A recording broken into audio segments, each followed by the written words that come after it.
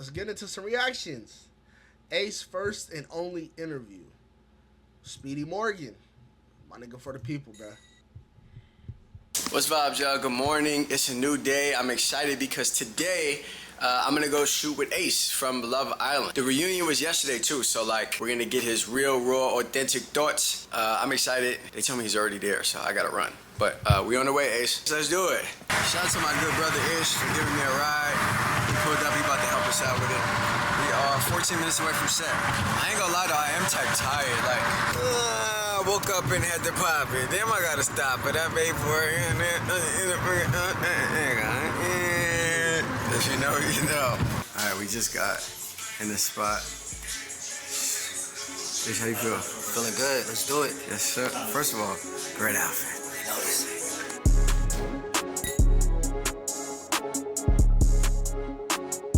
What's going on, guys? I'm Speedy, and today I am joined by the ringleader himself. That nigga trolling on. Man, what's up, y'all? Ace is in the building. What's up, bro? How are you? Man, I'm feeling great, man. I'm finally decided I can do some interviews of my own. You know, I know a lot of people have been popping it, and Yeah. I'm excited to really get to the bottom of shit around here. So.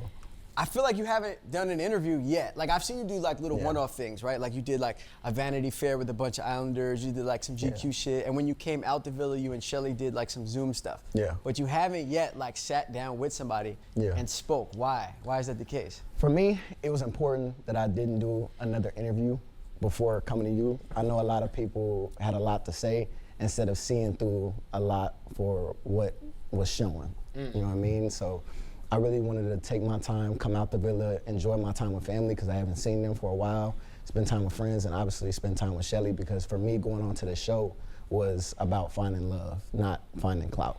Right. And I feel like a lot of people, when they came out, it was about taking advantage. Now let's be for real here, chat. Let's play the be for real card, as my niggas in RDC say. Let's be for real. Nobody, like, especially at some of these young ages, like Ace is 22. My nigga, I know you weren't looking for love that bad. You already have following. I know you had mad bitches in your shit. You wasn't going on this show to look for love. Now, if love came out of it, you would have been happy. But at the end of the day, most people went on this show for a potential career start. If we're just being honest, like, I don't really think nobody went on Love Island, this show Love Island, dead ass thinking like, yo, if I don't find my life partner here, it was a waste. Like, no, nigga, because you're getting paid too. Like, come on now. Like, let's not, like, I guess that's in the contract. Everybody got to say that they came for love. But I just am very confident. And this is no shade towards Ace. I think this goes for everybody to say, like, they happy they found love while they was there. But that wasn't the whole, like, that wasn't the whole intention and mindset behind applying was, I truly think I'm going to find my love life partner on this show. You know what I'm saying? So, yeah. Of their 15 minutes of fame. Respectfully, I ain't show up for that.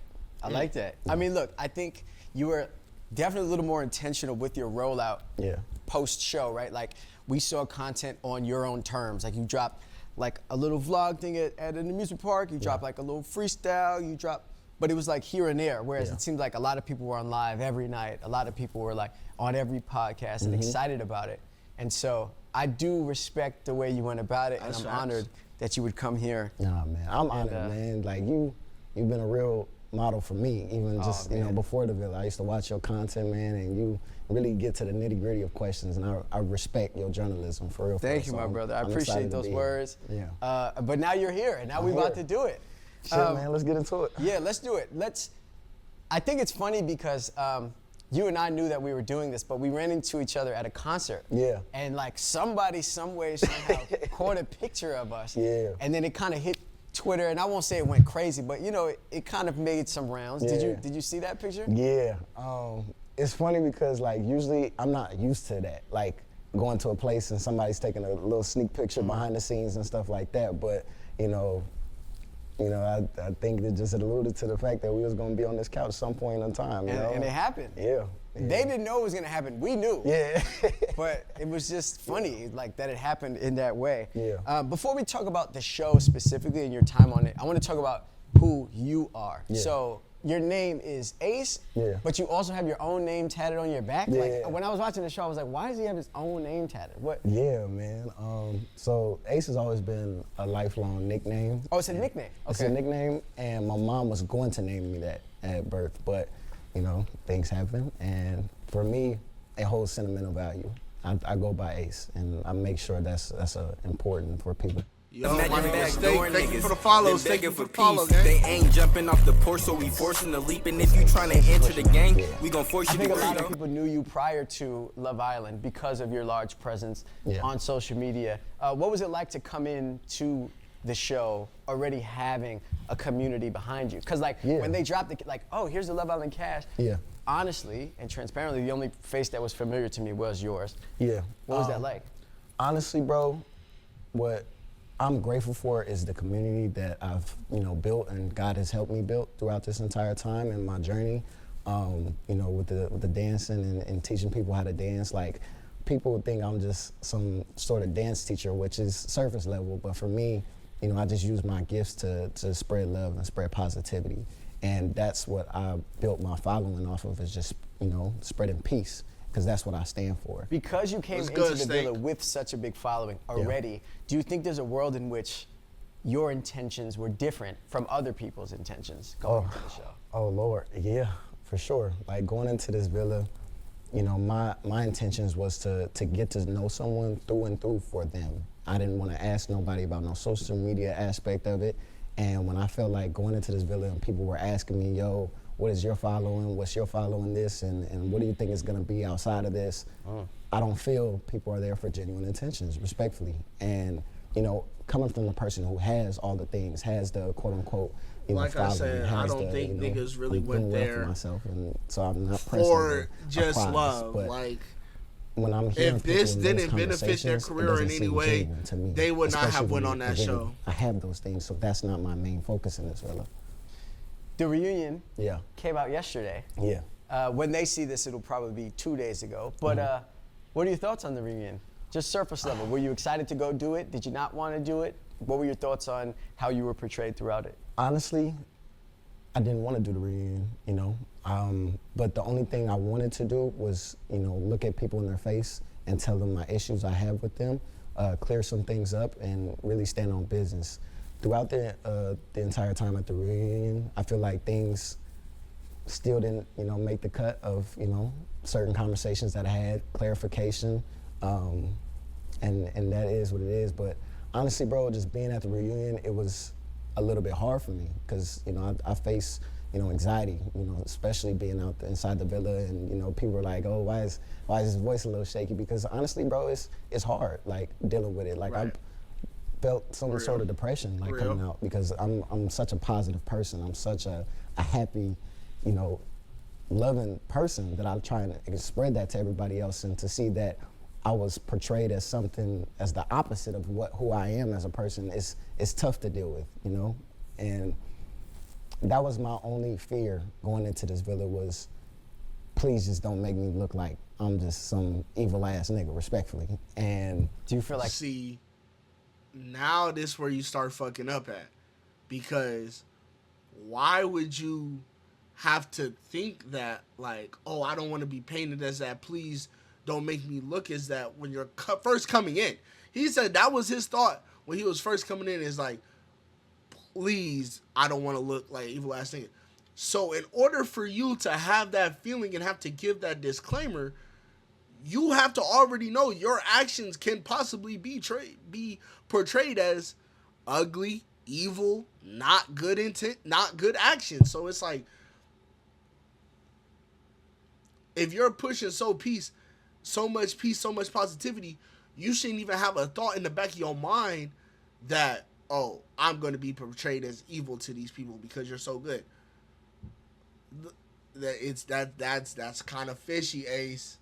That's kind of fishy a little bit, don't y'all think, chat? Cause I just like a normal thought is like I don't hope I don't look thirsty, ugly. You know what I'm saying? I look good for the cameras. You know, I look at least nice. But he's saying I don't want to look evil.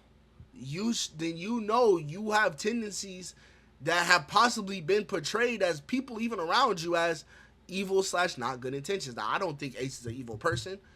Do I think he, you know what I'm saying, can be a bit strong-minded and, you know what I'm saying, pushy of his goal and agendas? Yeah. But I don't think he's an evil or bad person. That's exactly what happened? Honestly, yeah, you know, and it's okay, because at the end of the day, I know who I was, and the Islanders who were there knew who I was too. And then to come home and see I was called everything but the child of God, it's a little tough, you know. Sure. But for me, I said the things I needed to say to certain people while everybody was in one room at the reunion. That's what I cared about. It wasn't for how the reunion was going to be portrayed. Here is where I really get my shit off, and really what I say is what I say, and what I meant is what I meant, and ain't gonna be no chopped and screw shit around here. Well, here's your opportunity to be real. Let's talk about your time in the villa. Right. Day one of the show, if I'm remembering correctly, you walk in with Nick. You're wearing a suit, like you was like tailored up. Yeah. What do you remember about day one walking into the villa? Were you nervous, excited? Going into this villa, you know, I'm seeing a bunch of beautiful women here. I'm like, okay, you know, these women. Okay, I ain't gonna lie. Well, I don't care about your first day. Boom, time goes on. You know, she'll post a picture. I'll slide up on the story with the hard eyes. You know, she'll post something. I'll comment on it, or just to be funny, I'll go comment on something from 2-3 years ago, some shit like that, just to, you know, fake flirt. But obviously, it wasn't gonna work. She was in Florida. Or New York, whatever she was. I was in LA. It is what it is, you know. So just to walk in there and see her, I was like, yo, this is crazy. Like, we here at the same time. Like, and it's crazy because we done both went through a bunch of interviews. We done went through the Zoom calls, all that shit. Like, being that that's the case, I know for a fact when I see her, I was like, oh, I already know the internet gonna have something to say. Like, outside of shit. Like, oh, I already follow her. I already know I'm on all of her comments and shit like that. I'm like, I already know how Love Island fans get, like, being super adamant on trying to, you know, FBI some shit, you know, but I was ready for it. In the beginning, the first couple of days, what did you notice about the interactions that the guys were having with the girls? Were they pulling girls for chats, or was it kind of like reserved? Like, what was the energy? For me, I was in there hooping, respectfully. Like, I was up there putting numbers, getting to know everybody, and the girls were complaining to me. They came up to me. I need to be live on TikTok. What am I doing right now? Why am I not live on TikTok doing this? I done wasted 10 minutes, already good yaps. Let me get my TikTok live going. What are we talking about right now? Yo, Ace, the guys ain't pulling us for chats. The guys ain't, you know, stepping it up and shit like that. And that's when I had encouraged all the dudes, like, yo, get to know everybody, explore. Like, the girl. What? I want to know it all. And so you walk out, you see Shelly for the very first time. Yeah.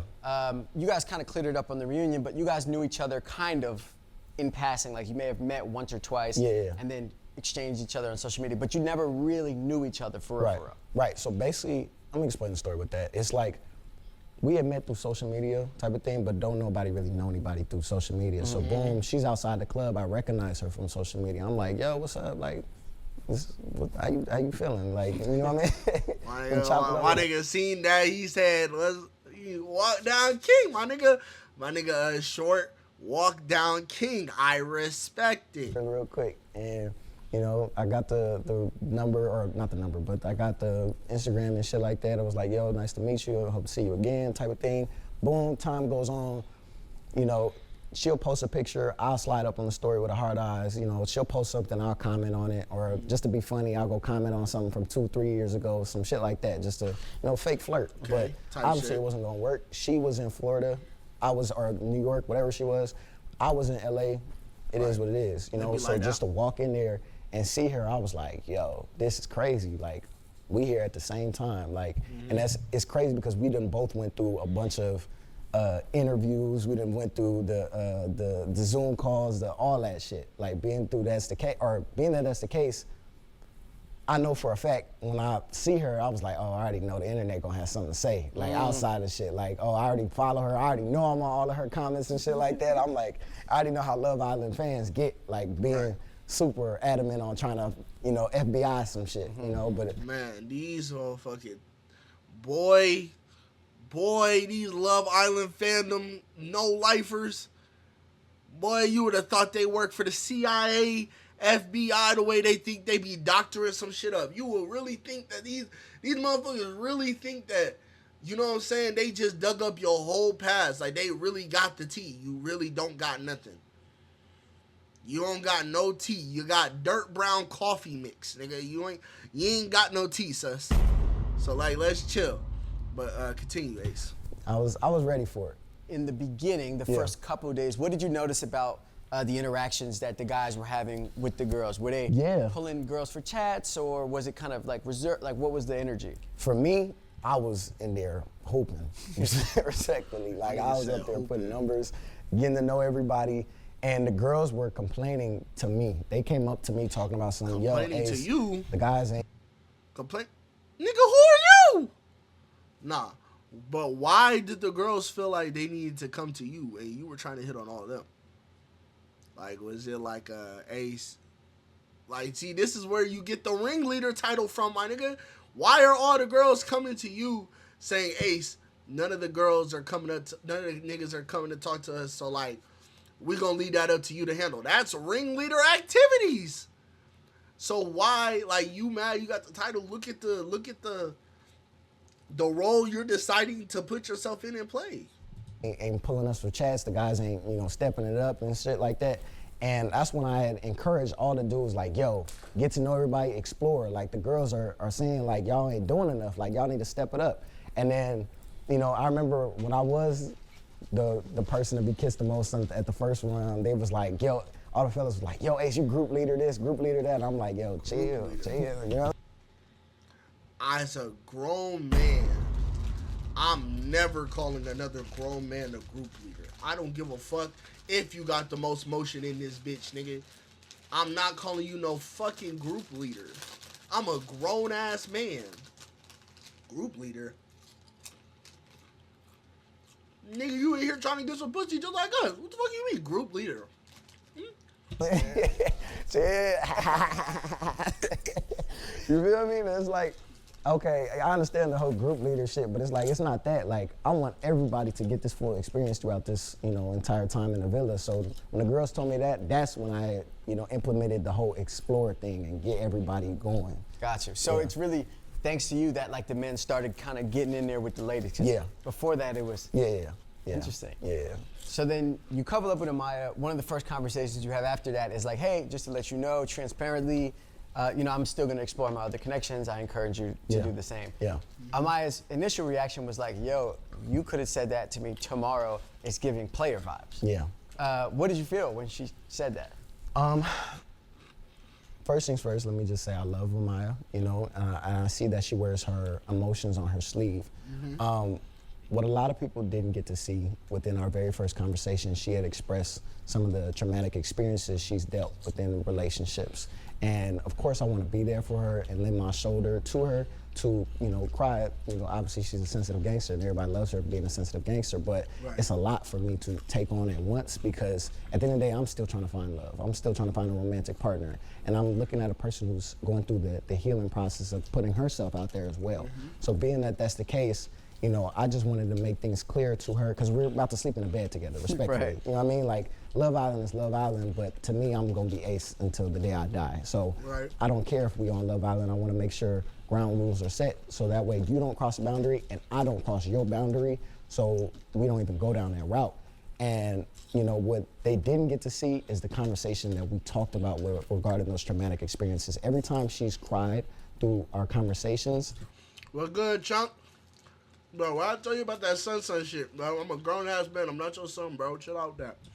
They copied and pasted, the clip of her crying to me telling her about my boundaries. It wasn't about the conversation that we did have. And it sucks that people didn't get to see that because you know, I really was trying.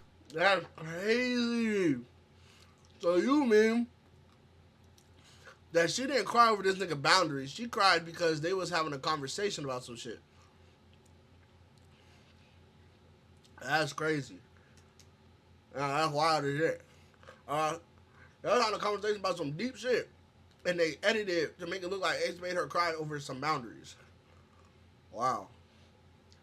Oh yeah, these editors are villainous. Trying to get to understand where she was coming from, and you know, for me, opening up is hard, and so I wanted to, you know, express how the emotional trauma I went through. You know what I mean? But it takes me a little bit to get there. Sure. So that was the whole thing regarding that. You said, you know, you kind of didn't feel comfortable with her calling you babe in affectionate terms like that so early. Were you the only one in the villa that had concerns about her using those terms of endearment, or maybe did other people in the villa also feel the same?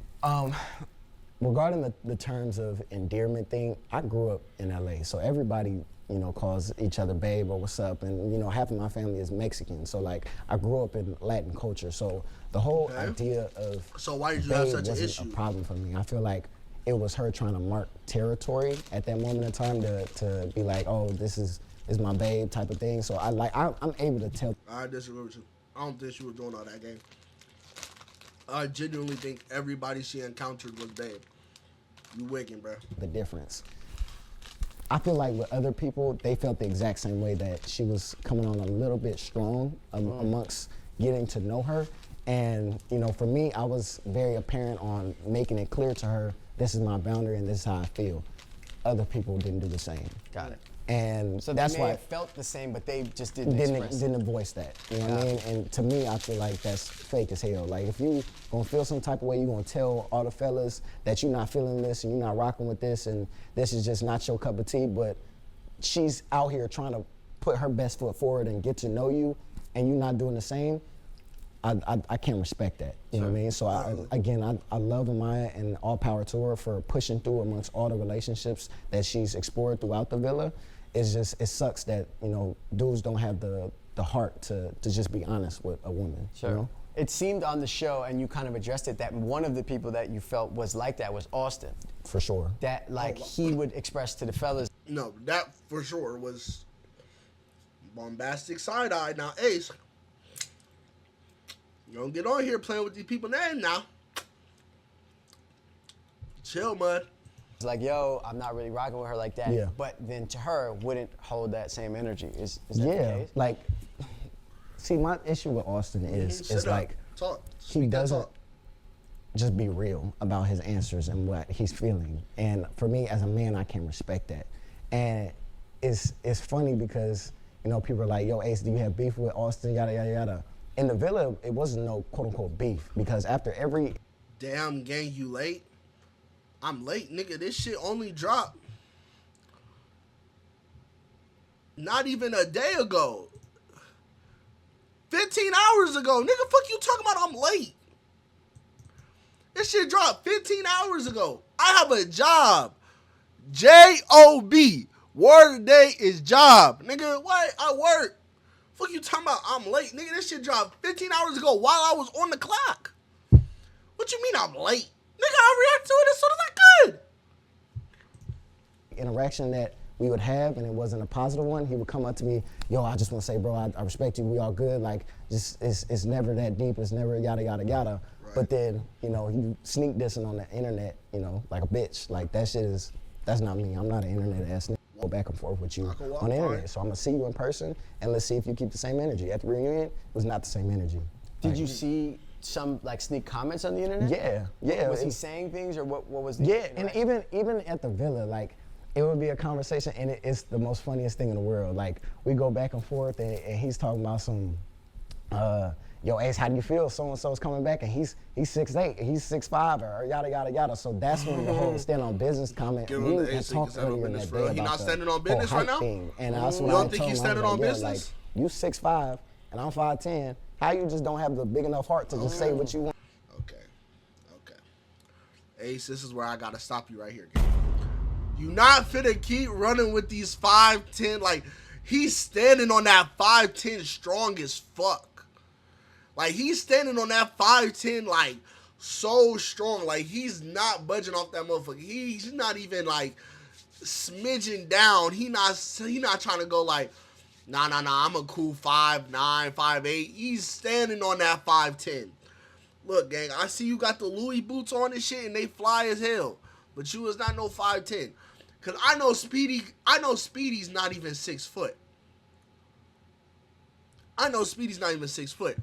What's the timestamp? 1617? Chat, remember this timestamp. 1617. We're going back to the beginning when Ace and Speedy were standing next to each other.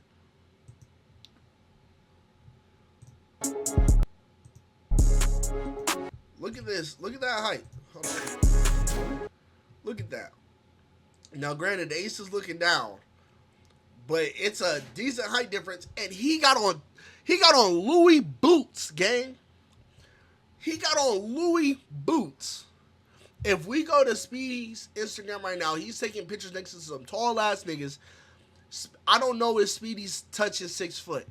If he is, still, Ace is not 5'10". He might be 5'10" in them big ass Louis boots, but he is not 5'10". He needs to go ahead and let this go, because we're clocking that T, gang. We're not letting you slide with this 5'10" shit. It was 16, 17. Yeah, he got to get the fuck on. He got to fool the next nigga with that shit, because it ain't flying over here. So that's what. So maybe I got to meet him in person, but you're no taller than 5'8", gang. Stop playing. There was, okay, because that, and we'll talk about that moment later, but that's a prime example of a moment to me feeling like, why is Ace talking about his height right now? Yeah. Is he trying to like, maybe he's insecure about his height, or is he asserting some sort of dominance? Yeah. It felt like out the blue, you say, I'm 5'10". Right, So like, again, but there was some context behind it. It was some context behind that, you know what I mean? And again, not everything gets shown. Why everything don't get shown, I don't understand, but you know, that's TV at the end of the day. Yeah. Okay, we'll talk more about the Stand Up Business Challenge in a bit, but I want to finish up with the Amaya stuff for a sec. Yeah. People honestly felt like you bullied Amaya. When you came out of the villa and saw that, also having gone through the interactions that you went with her in real life, was it weird to you to feel like, wait, bullying her, like that didn't match up at all to what our actual experience was? Or do you feel like you were bullying her? See, coming out the villa and watching the show for the very first time, I could see how that can get misconstrued of me being bullying. But if you watch it for actually what it is, I've never once raised my voice with Amaya. I was very clear and concise on how I was feeling. Yeah, I would have to disagree with bullying Amaya. I think he did. From what he's saying, the editors made Amaya cry over playing him setting his boundaries. So we don't really know if Amaya cried over him setting boundaries or whatever deep talks that Ace is allegedly saying that happened. But I don't think that he was a bully. Now, do I think that he was overdoing it with the babe shit? Because she called everybody babe? Yes. He can't have a Judas feeling? What? What is that supposed to mean? What is that supposed to mean? I don't think that he's bullying. I really think that he was overdoing it with the like babe shit, because I really think that she just says that to everybody and it wasn't as big as he was making it seem. And me just stating my boundary, I don't see how that can be taken as me bullying. Now, quote unquote, I seen some of the clips to where they're taking out of context and copy and pasting into different parts to where it can make it seem like I'm talking about her. That's not the case. Like, and I've been very clear with Amaya, and it sucks that people didn't get to see a friendship that we built, because after maybe about 6-7 days after the whole babe incident, we were cool. Like, we didn't both apologized to each other and both said, look, I'm sorry for the way I came off because this wasn't my intent. She was like, look, I'm sorry for the way this came off because that wasn't my intent. When we were able to build up a great friendship and to come out the villa and see her, you know, taking part of, you know, pushing the narrative that we weren't cool, or like, you know, taking part of the quote unquote bullying, like, don't get me wrong, I don't like to go back and forth with women. Like, that's, for me, that's sassy as hell. But I will state my piece, you know what I mean, at the end of the day, you know? And you're a grown man and you went on Love Island, gang. That's borderline sassy in itself. Let's chill. Let's chill on calling shit sassy, gang. You feel me? But hey, speak your piece, Black King.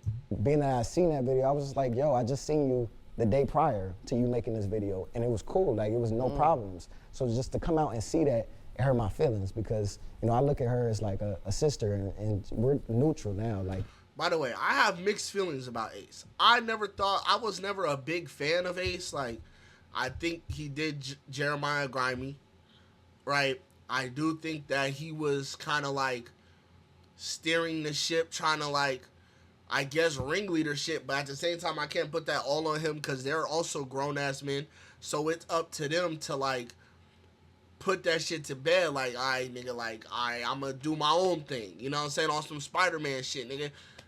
Nah, I'm gonna do my own thing, type shit, like, you know what I'm saying, but they didn't, so I can't necessarily put that all on Ace's shoulders, like, you led these niggas to da-da-da, because they're grown, they could lead them damn selves, but they chose not to, so... But I've never been a huge fan of Ace. But, you know what I'm saying, some of the hate he is receiving over this interview, I don't necessarily agree with. There's no beef, and it's still never going to be no beef on my end. And I know it's not on her end because we chopped it up already, but it just hurt my feelings just to see that, you know? As the story goes, you guys have TikTok this chat, I am also live on Twitch Sierra, right now. I thought was if you interesting, want to was come on asked, the like, Twitch, who is give them here kid for a clout follow. over love? You got the full she thing said, showing. That's, you know what I'm that's saying? rich coming from her. Come show the perspective. kid some love. Why do you say that? Because it's like, I feel like ever since she came out the villa, it's always been a quick little chirp of having to say something and, you know, speak. We still talking about Maya? Respectfully. Why do you say that? Because Sierra, I thought was interesting, was asked, like, who is here for clout over love? And she said, Ace. that's rich coming from her, respectfully. Why do you say that? Because it's like, I feel like ever since she came out the villa, it's always been a quick little chirp of having to say something and, you know, speak on other people's relationships and speak on other people's situations, you know, coming out. And I get it, like, the way she was dragged out is not the happy fairy tale ending that she wanted throughout this whole entire experience, so I can sympathize with that. But it's like, for you to say, I came in there for clout, respectfully, you didn't know who I was, like, before coming into this. Like, I've been on, you know, TV shows before. I've been on Jennifer Hudson. I've been on Good Morning America. I've been on, like, Everybody Scream before. So I had all that shit. So for you to say, you know, Ace is looking for clout, you know, honestly, that just speaks to my character being in there, because not once did I mention what I had before the villa. So That's for you true. to just think I was... Like I said before, I do feel like most people did not go on this show to genuinely find love. Like, I think that everybody did, if we're being honest. I think that everybody came for some sort of clout or potential boost to their careers and their platforms. I don't think nobody's genuinely signing up to go on a widely, worldly viewed dating show knowing that they're gonna get a social media boost significantly, especially if you're liked, and think you're only going on there strictly to find the love of your life. Ace is only 22 years old. He's younger than me, gang. I'm 23, finna turn 24. I don't believe that at 22 years old, you're dead ass signing up for a dating show strictly with the intentions of finding my life partner on here. Now, it's possible. Some people really want to find love young and shit like that, but if we're being for real, Ace, he seems like a very career-driven man. You know what I'm saying? He's locked in. He's focused. Like he said, he's been on the Good Morning Americas. He's been on, you know what I'm saying, these shows. He's been on screens. He's had clout. He's had money. I'm 90% sure he had plenty of options of women to choose from. No, I do not see in what world he needed to actually go on a dating show because dating was so hard for him. Like, you know what I'm saying? Like, I don't think it was. I think that he went on there potentially open to receiving love, but for the most part, it was a career opportunity. You know what I'm saying? With such a big fan base already, Love Island can't do nothing but get you bigger. You know what I'm saying? If you're nobody, it's gonna get you some clout for a couple weeks, a couple little, you know what I'm saying, a little momentum to potentially take off from. But if you weren't like that much, you didn't get that much screen time, you were going to go back to being a regular nigga. But Ace, he wasn't a regular nigga before he went on the show. So with that type of momentum that you get coming off, being such a big personality, that he was on the show and an original cast, the original cast members get the most love, and then bombshells, if they end up staying for a while, they get even more love as well. So, but Ace being an original member, I just don't think that he went on there like, yo, I'm strictly here to find my wife, and it ain't about my wife, nigga. I ain't about it. No, nigga, you knew what this was gonna do to your career. You know what I'm saying? That's why you done dropped a little freestyle afterwards. You done goddamn dropped a song before you went on the show. You know what I'm saying? Let's not play Ace like you just coming on here looking for your dear old Shelly.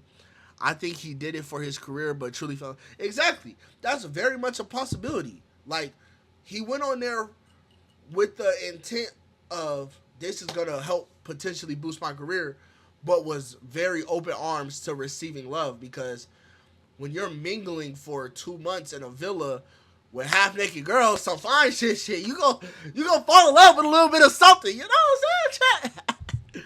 There to up my following another man on top of the man I already had. Cool. Did you get any inclination at that time that maybe she was in there for clout over love?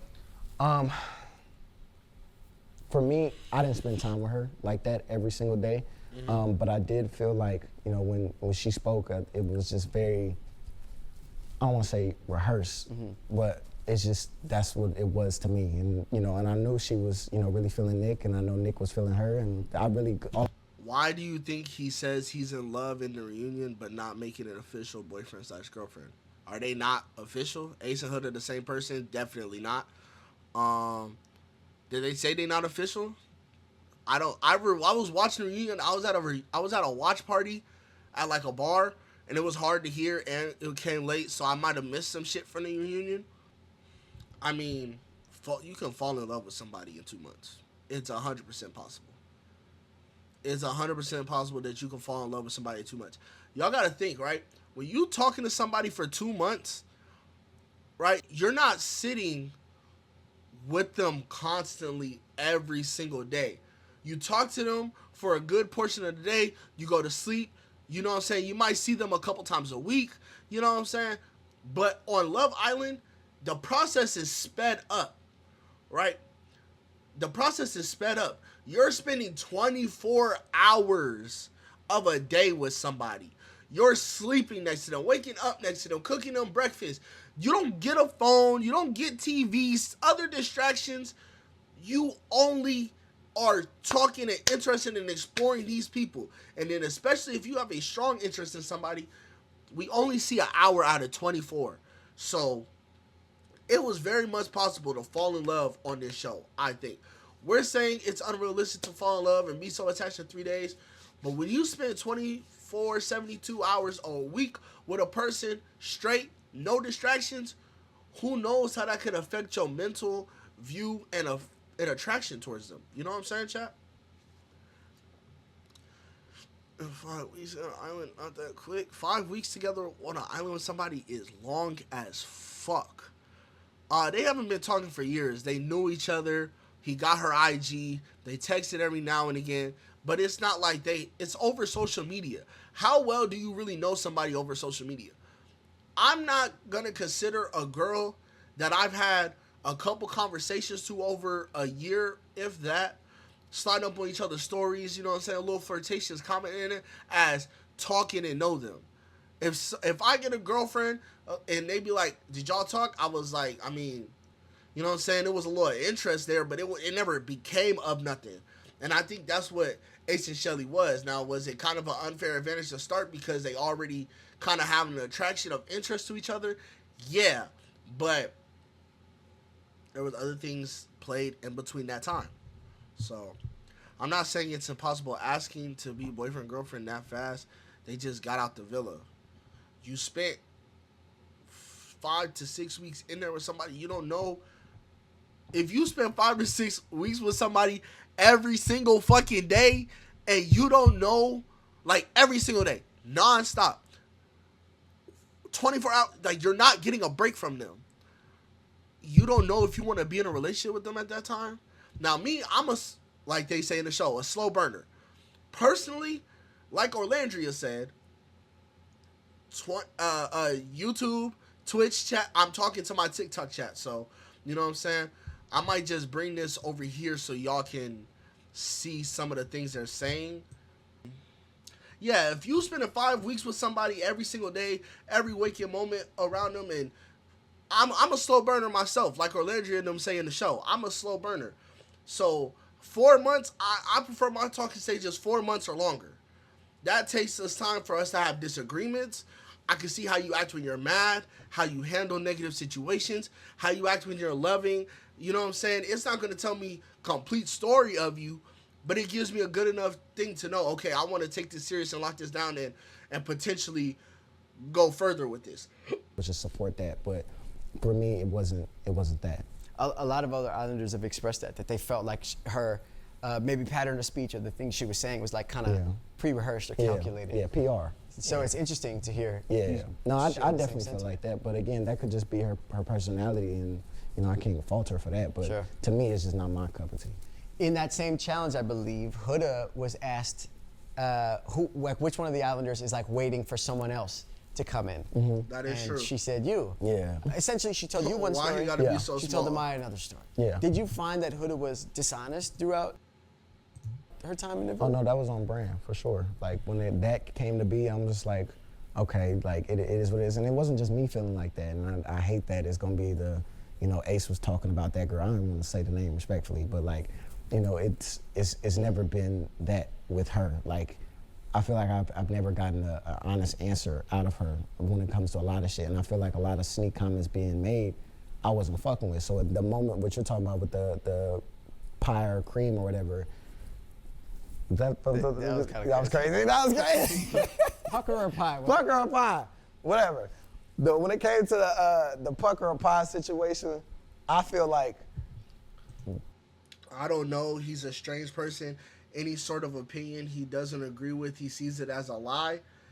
That is true about Ace. I think he's so strongly opinionated that if he doesn't agree with your opinion, he has to like kind of combat it in a way, which I don't like about him. Like I said, I've never been the biggest Ace fan in the world. If you want to be like, I didn't like the way he did Jeremiah.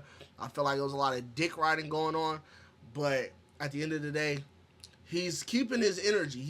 He's keeping the same energy regardless in or out the villa, which I can respect. Some people in the villa came out the villa acting different, so at least we know like he's being himself. when she was making this little slick comments the night before about, yo, Ace, I know you don't like to be touched, so give me a high five, like right before bed, knowing that me and Amaya have been arguing all day, it's not adding, you know, any type of help to the situation that I got going on right now. So boom, with her, you know, making that comment of, you know, it was I'd rather kiss you than Amaya and all that, respectfully, it's like that ship has already been sailed. I've been over that whole situation. So the fact that you still trying to insert yourself in everybody else's issues is pissing me off. You know what I mean? Like even Austin Ace hasn't switched up. He's standing on everything he's ever said about Shelly and transformed it into something else than it was. And it's been multiple occurrences with that. And you just gotta take that on the chin and just watch back the tapes. People felt like Taylor led Olandria on. Mm-hmm. Oh yeah. Let's get into it. Let's get into it. Hey, if you are watching this on TikTok, we have 64 people watching it live. Thank y'all so much for tuning in. I am also live on Twitch. It's _JGreen on Twitch on the Purple app. If you want to come over, show the kids some love, drop some gifted, drop some follows. I'd really appreciate that. I love Taylor. I'm gonna be honest. I am a Taylor fan. Okay. Now, yo, Lil Fofo, thank you so much for the follow. Now, y'all can go ahead, put my head on a pitchfork, burn me in a fire, whatever y'all want to do, because y'all hate Taylor. I fuck with Taylor. You feel me? Let me not say fan. Fan was OD, all right? Let me not say fan. But I fucked with Taylor. He was my favorite person on the show. He just reminds me of me, a very goofy being, not really caring of what other people think of him. But yeah, I fuck with Taylor. So I want to hear what Ace has to say because I was defending Taylor with the whole let Orlandria on shit. I don't think why do I fuck with Taylor? Well, I had a sense of myself in him, a sense of how goofy he is and how much we saw, like, we just similarly acted. Now, I was defending Taylor when the led her on allegations came. Now, I don't think he led her on. I think that it was slow burning. She even said it herself. The editing was bad. She made it seem like the editors made it seem like Taylor was very cold towards her and not as loving, and she was just so delusional. My man. She said that when she first got off the villa on a podcast. So I think that he genuinely fucked with her. Now, mind you, I understand everybody saying, oh, he never liked her because he wasn't attracted to her. I don't agree with that statement because I'm a firm believer of attraction isn't everything. I've met people and people have said it all the time. Yeah, my wife or my husband wasn't initially my type. I wasn't attracted to them. But as I got to know them and I found out who they were later on, the attraction grew. And that's how it was. The attraction grew. People were saying Taylor only started trying when Jalen came in the villa. Actually, his first date that Taylor made for Nicolandria was that yoga date that Ace hosted. That was before Jalen even came. So I just personally don't agree with the at Nicolandria on shit. He's such a bad person. And Nicolandria's fan base, I get it. She's a dark-skinned, beautiful black woman. I love Nicolandria. Feel me? When I first seen her, I was like, oh my gosh, I'd tear her up like a Wingstop chicken bone dipper in some ranch. Nigga, I ain't all that. But it's just, Jay Green, I think you're pointing me wrong. Yo, Rudy, you don't even watch Love Island, nigga. Get out my fucking chat. What are we talking about right now? But, I just don't think that he was this just like, oh my gosh, he hates Nicolandria. He's just here sticking on to her. So Nicolandria was the only woman that was even remotely his type that he kind of had attraction to. So he stuck it out with her. He got to know her. He found her attractive, and they stayed their connection going. Now, it's not his fault that when Clark came, he felt an even better connection. Like, y'all was mad at him for doing what the show is supposed to do. Y'all love Nicolandria so much, y'all just wanted him to stay loyal to her.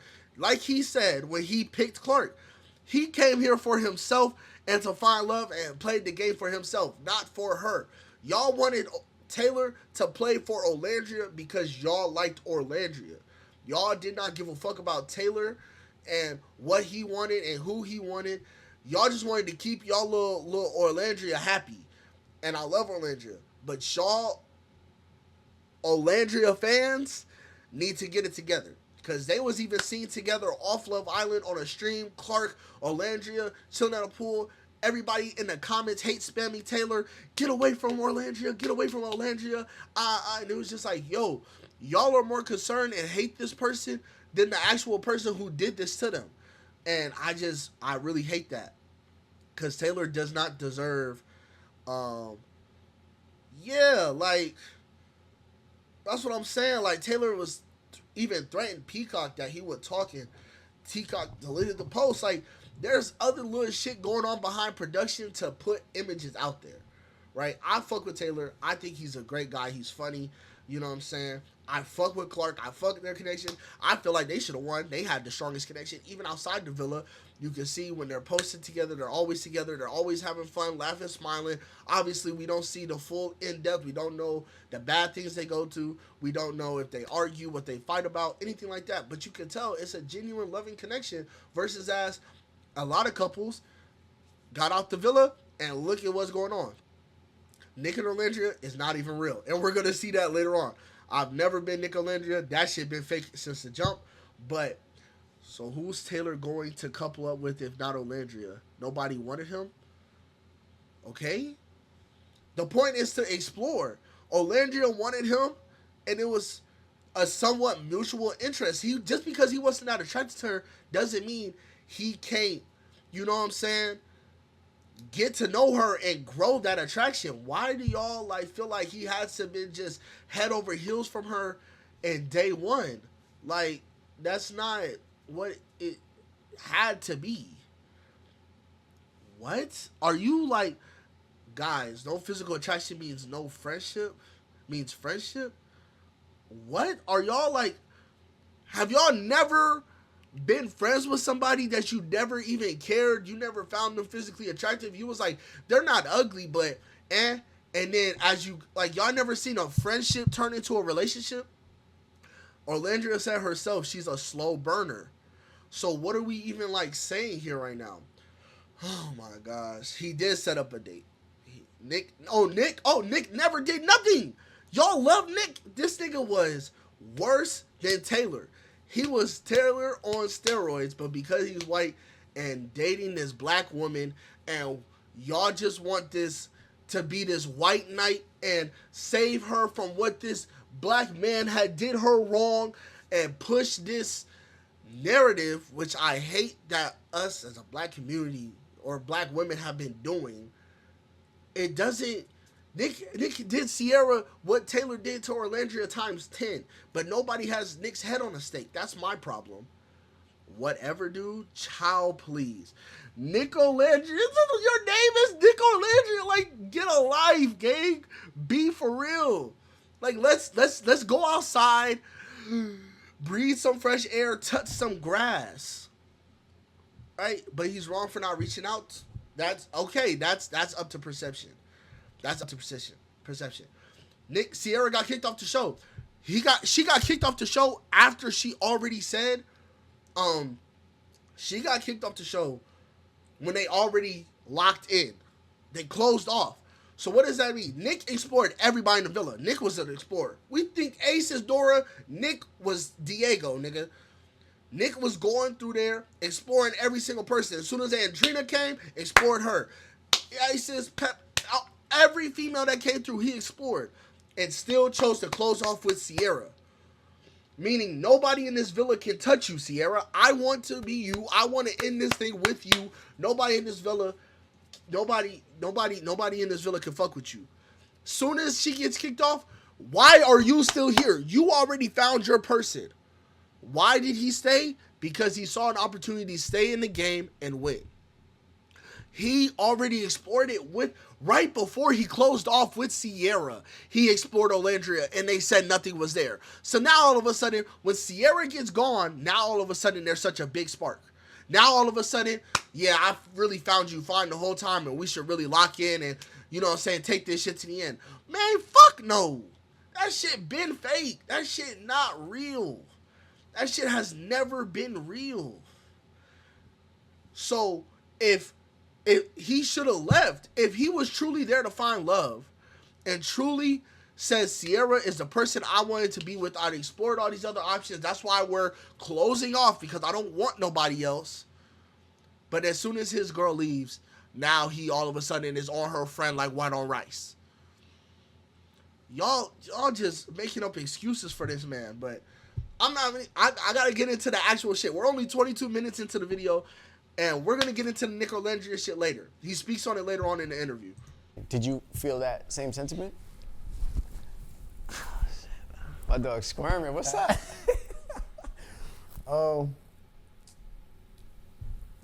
They could break up now if it's not real. They're not together. They're not together. They never claimed they were together. They never said they were together. They were just taking pictures, and they're doing it for the brand. They know how big Nicolandria is. You don't think brands is eating them up? You don't think they supporters is eating that up, putting money in their pockets? Of course they're going to keep running with it. Amaya and Brian could have possibly just got to a point where the money couldn't keep them together no more. Because they were a genuine couple that tried. Nick and Orlandria, they could be just friends, but playing this as a business. We know how big our fans is. We know how big our community is. Why end this now? If we know what it is, or we know this shit not real, we can keep running it up. Like, that's all this could be. Like, y'all acting like, oh, like they have to really play to the morals and tell everybody the truth. Niggas lie every day. Motherfuckers scam every day. Here to discuss that point blank period, it's an interview. The whole shit is weird. It's weird as fuck to go on a dating show, kissing people with whipped cream and bouncing milk all on their titties and bouncing it all on your dick, kissing 15 different people.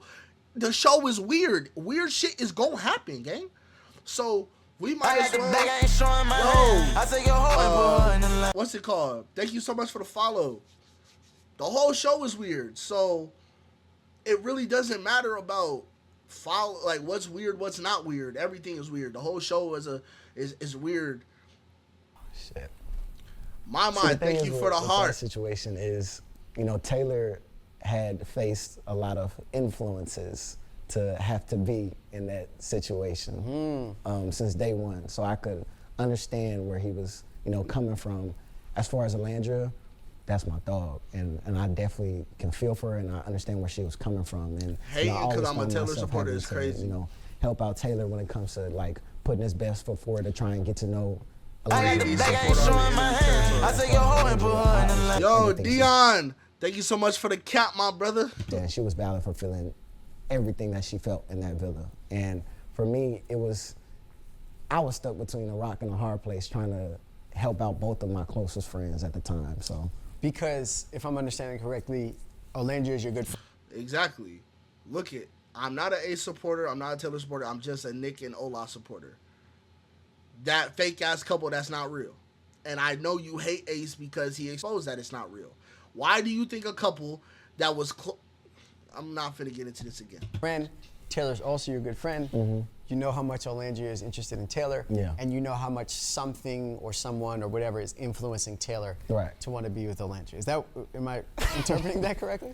Yeah, definitely. And I know Nicolandria definitely really was trying to get to know someone for them. And it sucks that she had to deal with that and get the shit in the stick of that whole entire equation. But, again, Taylor had reached some influences amongst that situation to where do we got a gifted wars? Yo, Dion, let me find out. Dion and my mind finna do a gifted wars, gang. Let me find out. They finna get in there and get right. Like, hey, if y'all want to go band for band, I'm not stopping nobody. If y'all want to go band for band in my chat, I'm not stopping nothing. Hey, let me know what y'all want to do, gang.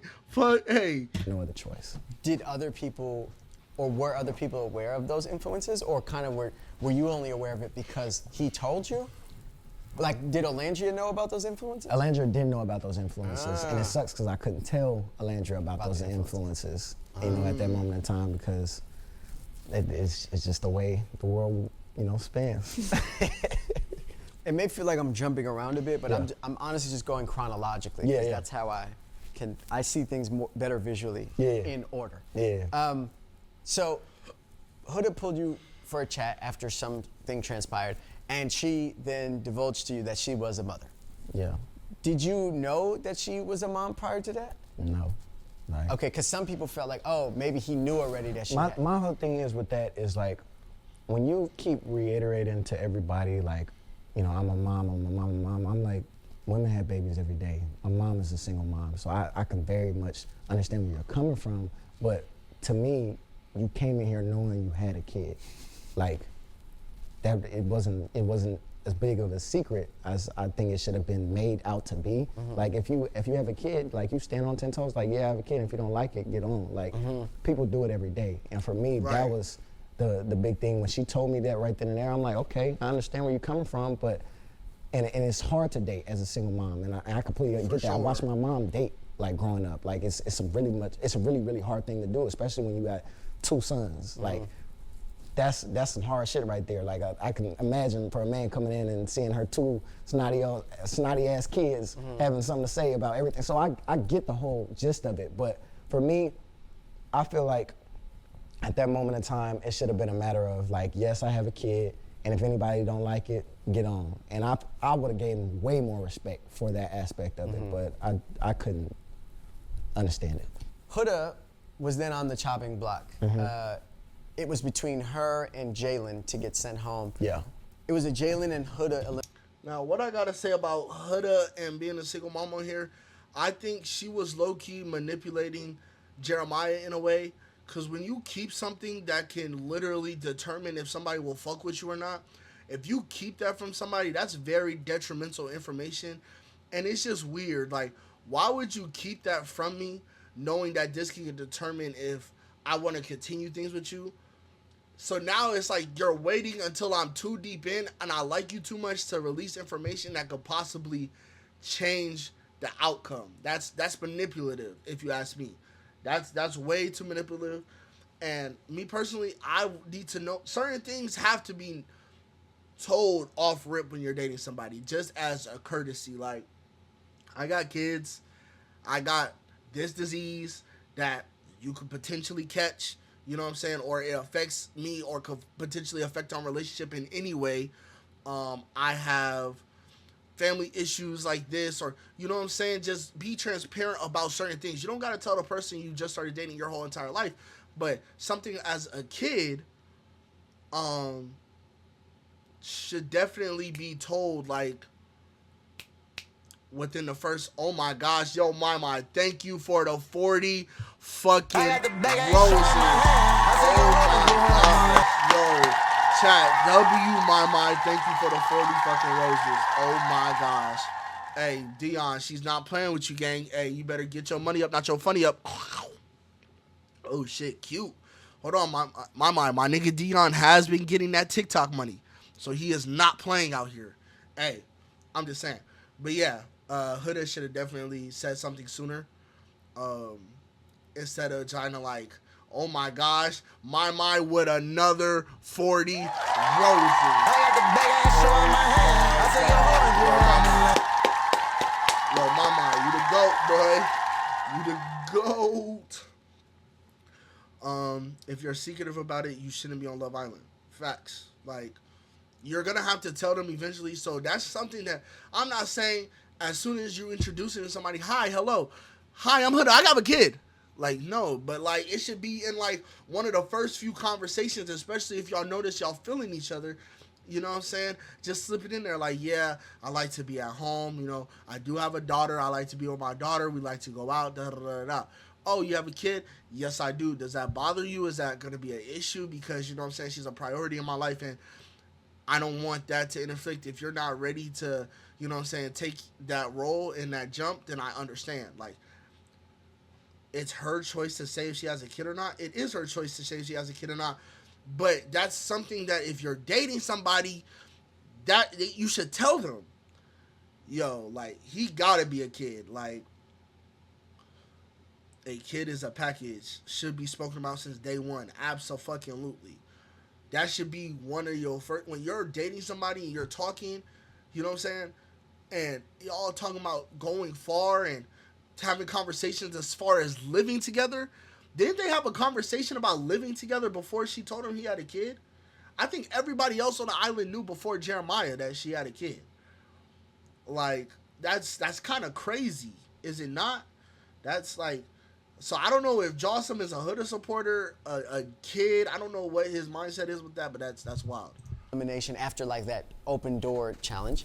Yeah. And then you guys were then told to stand behind. Imagine for a man coming in and seeing her two snotty ass kids having something to say about everything. So I get the whole gist of it, but it's not for respected me, at all. I feel like that's weird. At that moment in time, it's giving you want to wait till I like you too much to not want you in all your baggage for you to release your baggage on me, but I'm already like you too much and I'm already attached to you, I'm already too deep in, so now it's like too far to go back. Where if I would have knew this before I had so much attachment and so much attraction for you, it probably would have changed on how I view you and how the rest of this relationship is going to go. That's manipulative, gang.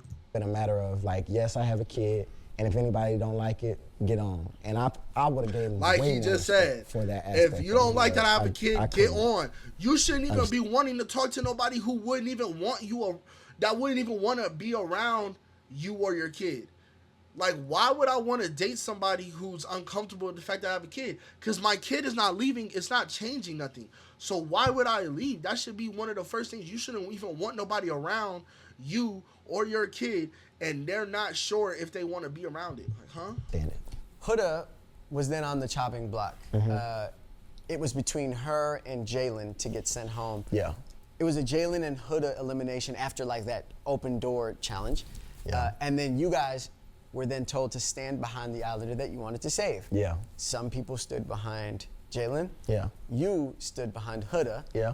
And Huda looked like she appreciated the fact that you stood behind her. Yeah. Reached her arm out to like thank you, and you kind of just looked at the hand and shook it off. And said, hell no. What happened there? Wow. First things first, a lot of people were under the impression that it was me standing behind Huda because Shelly was cool with Huda, and that's why I want to go. It was not that. I can guarantee you it wasn't that. Again, a lot of influences play on, you know, Islanders being voted off, you know, a lot of influences. And if I had my way, I would definitely pick Jalen So to stay. If what I'm understanding is, if there weren't these influences, you would have voted for Jalen to stay instead of Huda to stay. Was there not a world in which you could have? Is he calling influencers the producers? Is that what he's saying?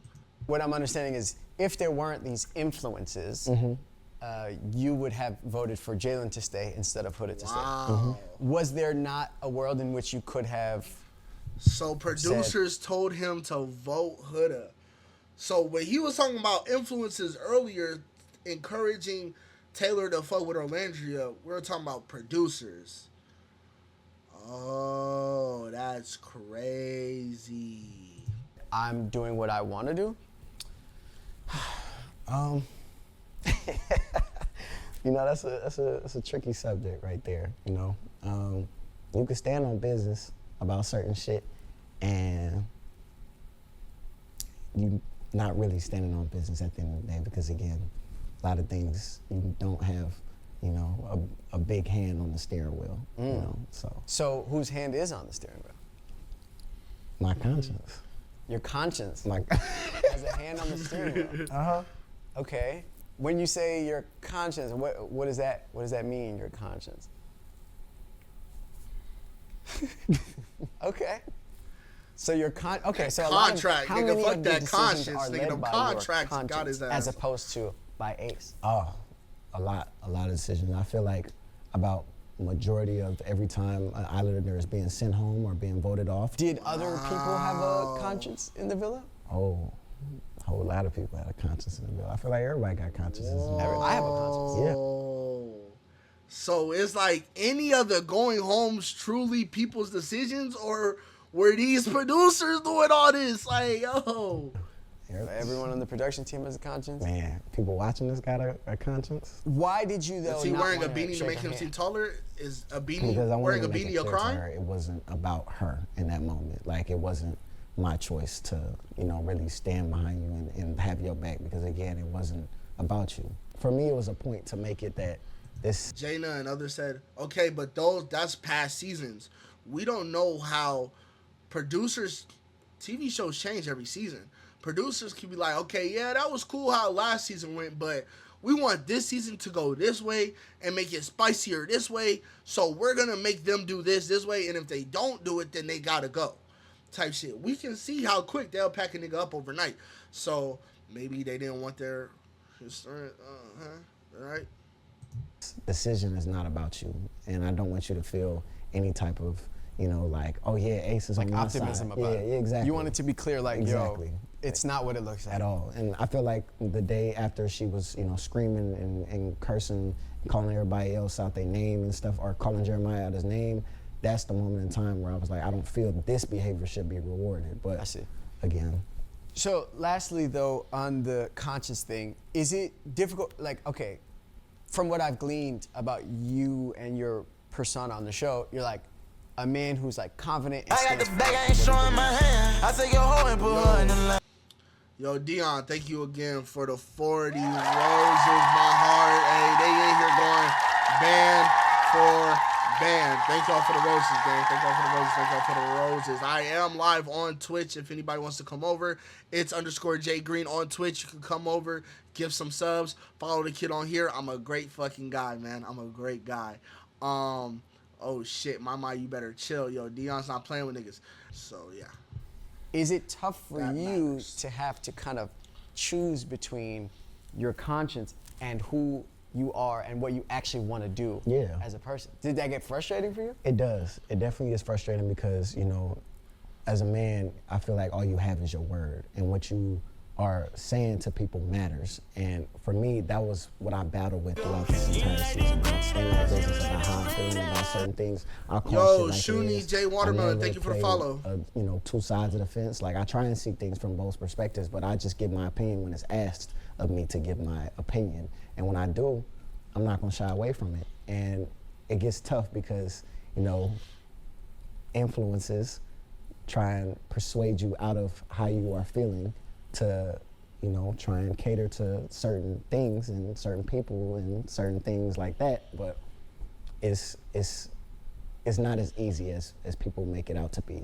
When an Islander is getting voted off, and the decision is up to their fellow Islanders, can you kind of walk me through how that goes? Yeah. So, are you speaking in specific to a certain? Well, yes, but before I ask that, I wanted to know the context of they say, all right, the decision, one of these Islanders is going home, and it's up to you. Yeah. Is what we see that deliberation, is that how it happens? Right then and there, no. That's not how it happens, but. Okay. I'm a little distracted because why do I see I got the bag, I ain't showing my hand. I take your hoe and put her in the roses dropped in the chat? Yo, my gosh. Yo, mama. Yo, 100 roses gang. Yo, who is y'all niggas feeling like? How much money y'all niggas touching out there, bro? Y'all niggas touching too much money for me. Mama, thank you for the 100 fucking roses, gang. Love you, my heart. Their fellow Islanders. Yeah. Can you kind of walk me through how that goes? Yeah. So, are you speaking? Let me rewind. Persuade you out of how you are feeling to, try and cater to certain things and certain people and certain things like that. Could have dropped his gifteds on Twitch, but hey, I love you though. Still the same though. It's not as easy as people make it out to be. When an Islander is getting voted off, and the decision is up to their fellow Islanders, can you kind of walk me through how that goes? Yeah. So, are you speaking in specific to a certain? Well, yes, but before I ask that, I wanted to know the context of they say, all right, the decision, one of these Islanders is going home, and it's up to you. Yeah. Is what we see that deliberation, is that how it happens? Right then and there, no. That's not how it happens, but. Okay. So what happens? Again, So it's more to the deliberation than just what we're seeing. Yeah, it's way more. That, for me, this is the most frustrating part about it. It's the fact of, it's a lot more that goes down amongst picking an Islander to go home that people are ever going to get to see and get to witness. And that's the tough thing about it. Like, I got the bag, I ain't showing my hand. I take your hoe and put her in the talk about. Oh my God.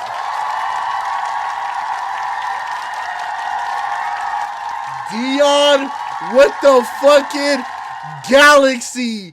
What the fuck? Oh my gosh, Dion.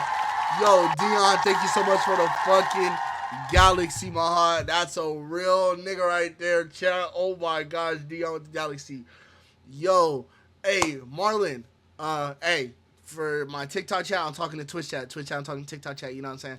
Hey, Marlon, I am still on the interview because I went live on TikTok and they've been talking to me, so I've been a lot of pausing. It's a lot of tea.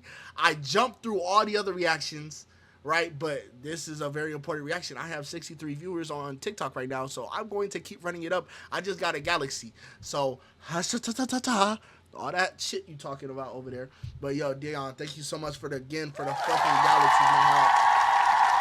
Yeah. Clap it up for Dion. Everybody, if you enjoy gaming streams, if you enjoy, you know what I'm saying, Roblox, you enjoy Dead by Daylight, all those games, bro. Shout out, follow my nigga Dion, bro. Dion the Great.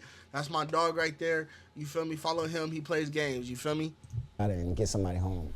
It's way more than that. Again, this is television at the end of the day. But it is what it is, and I'm able to take it on the chin and be the main person for someone to go home. Cool. I'll be able to handle that. So we see maybe like 2 minutes of deliberation. Yeah. How long are you guys actually deliberating for? Anywhere from it could be from around 30 minutes to an hour. Really? Damn. Just going back and forth. Just talking for 30 minutes to an hour to figure out who's going home. So that brings me to an elimination. Boy, it would have been 5 minutes. And yo, from gotta an get the honest fuck out. perspective, it was one of the main criticisms I had of you this season. And that's when Jeremiah got dumped. Yeah. I felt like there were other Let's Islanders get into there, it, Speedy. particularly Austin, who maybe had no motion in the Villa at the time, who could have very easily gotten voted home. Yeah. Instead of Jeremiah. Yeah. At the reunion, they showed a clip that kind of showed you still doubling down on the fact that Jeremiah should be the one to go home, and Nick being the one to be like, clock that T, my. Is he subscribed? Dion, are you subscribed, buddy? I got subscriptions for TikTok turned on. Are you subscribed, gang? Clock it, my. hey, I think Austin should go home. Right. Is what we saw actually how it transpired? No, not at all. Even at the reunion, they didn't show this. I don't understand why they didn't show it, but again, that's how the world works. Oh my gosh, and he indeed is subscribed. He got the JLC with him. That's a real nigga, man. Dion, that's a real nigga you are, man. Hey. I had said this is not the full clip. You guys are starting this clip at, I think we should send Jeremiah home. We went through the pros and cons of every person, all of us. I said the pros to Pepe Stan. I don't feel he did this, but I feel like he has more pros than cons. Keep Pepe. Went through the cons of Austin. He hasn't did this, he hasn't did that, but I also feel like he hasn't got a chance to get this and get that. Then we went to Jeremiah. After doing all of those things, then they started the clip of, I think we should take Jeremiah home. So it sucks that the full picture didn't get painted right then and there, because again, the reunion is supposed to clear things up. When things aren't being cleared up, that makes me feel some type of way. But regarding the sending home of Jeremiah, a lot of influences are to play. And Some consciousness. my conscience. Your conscience. My conscience, steps in. But I was man. Don't act like you just didn't want to send Jeremiah home at all.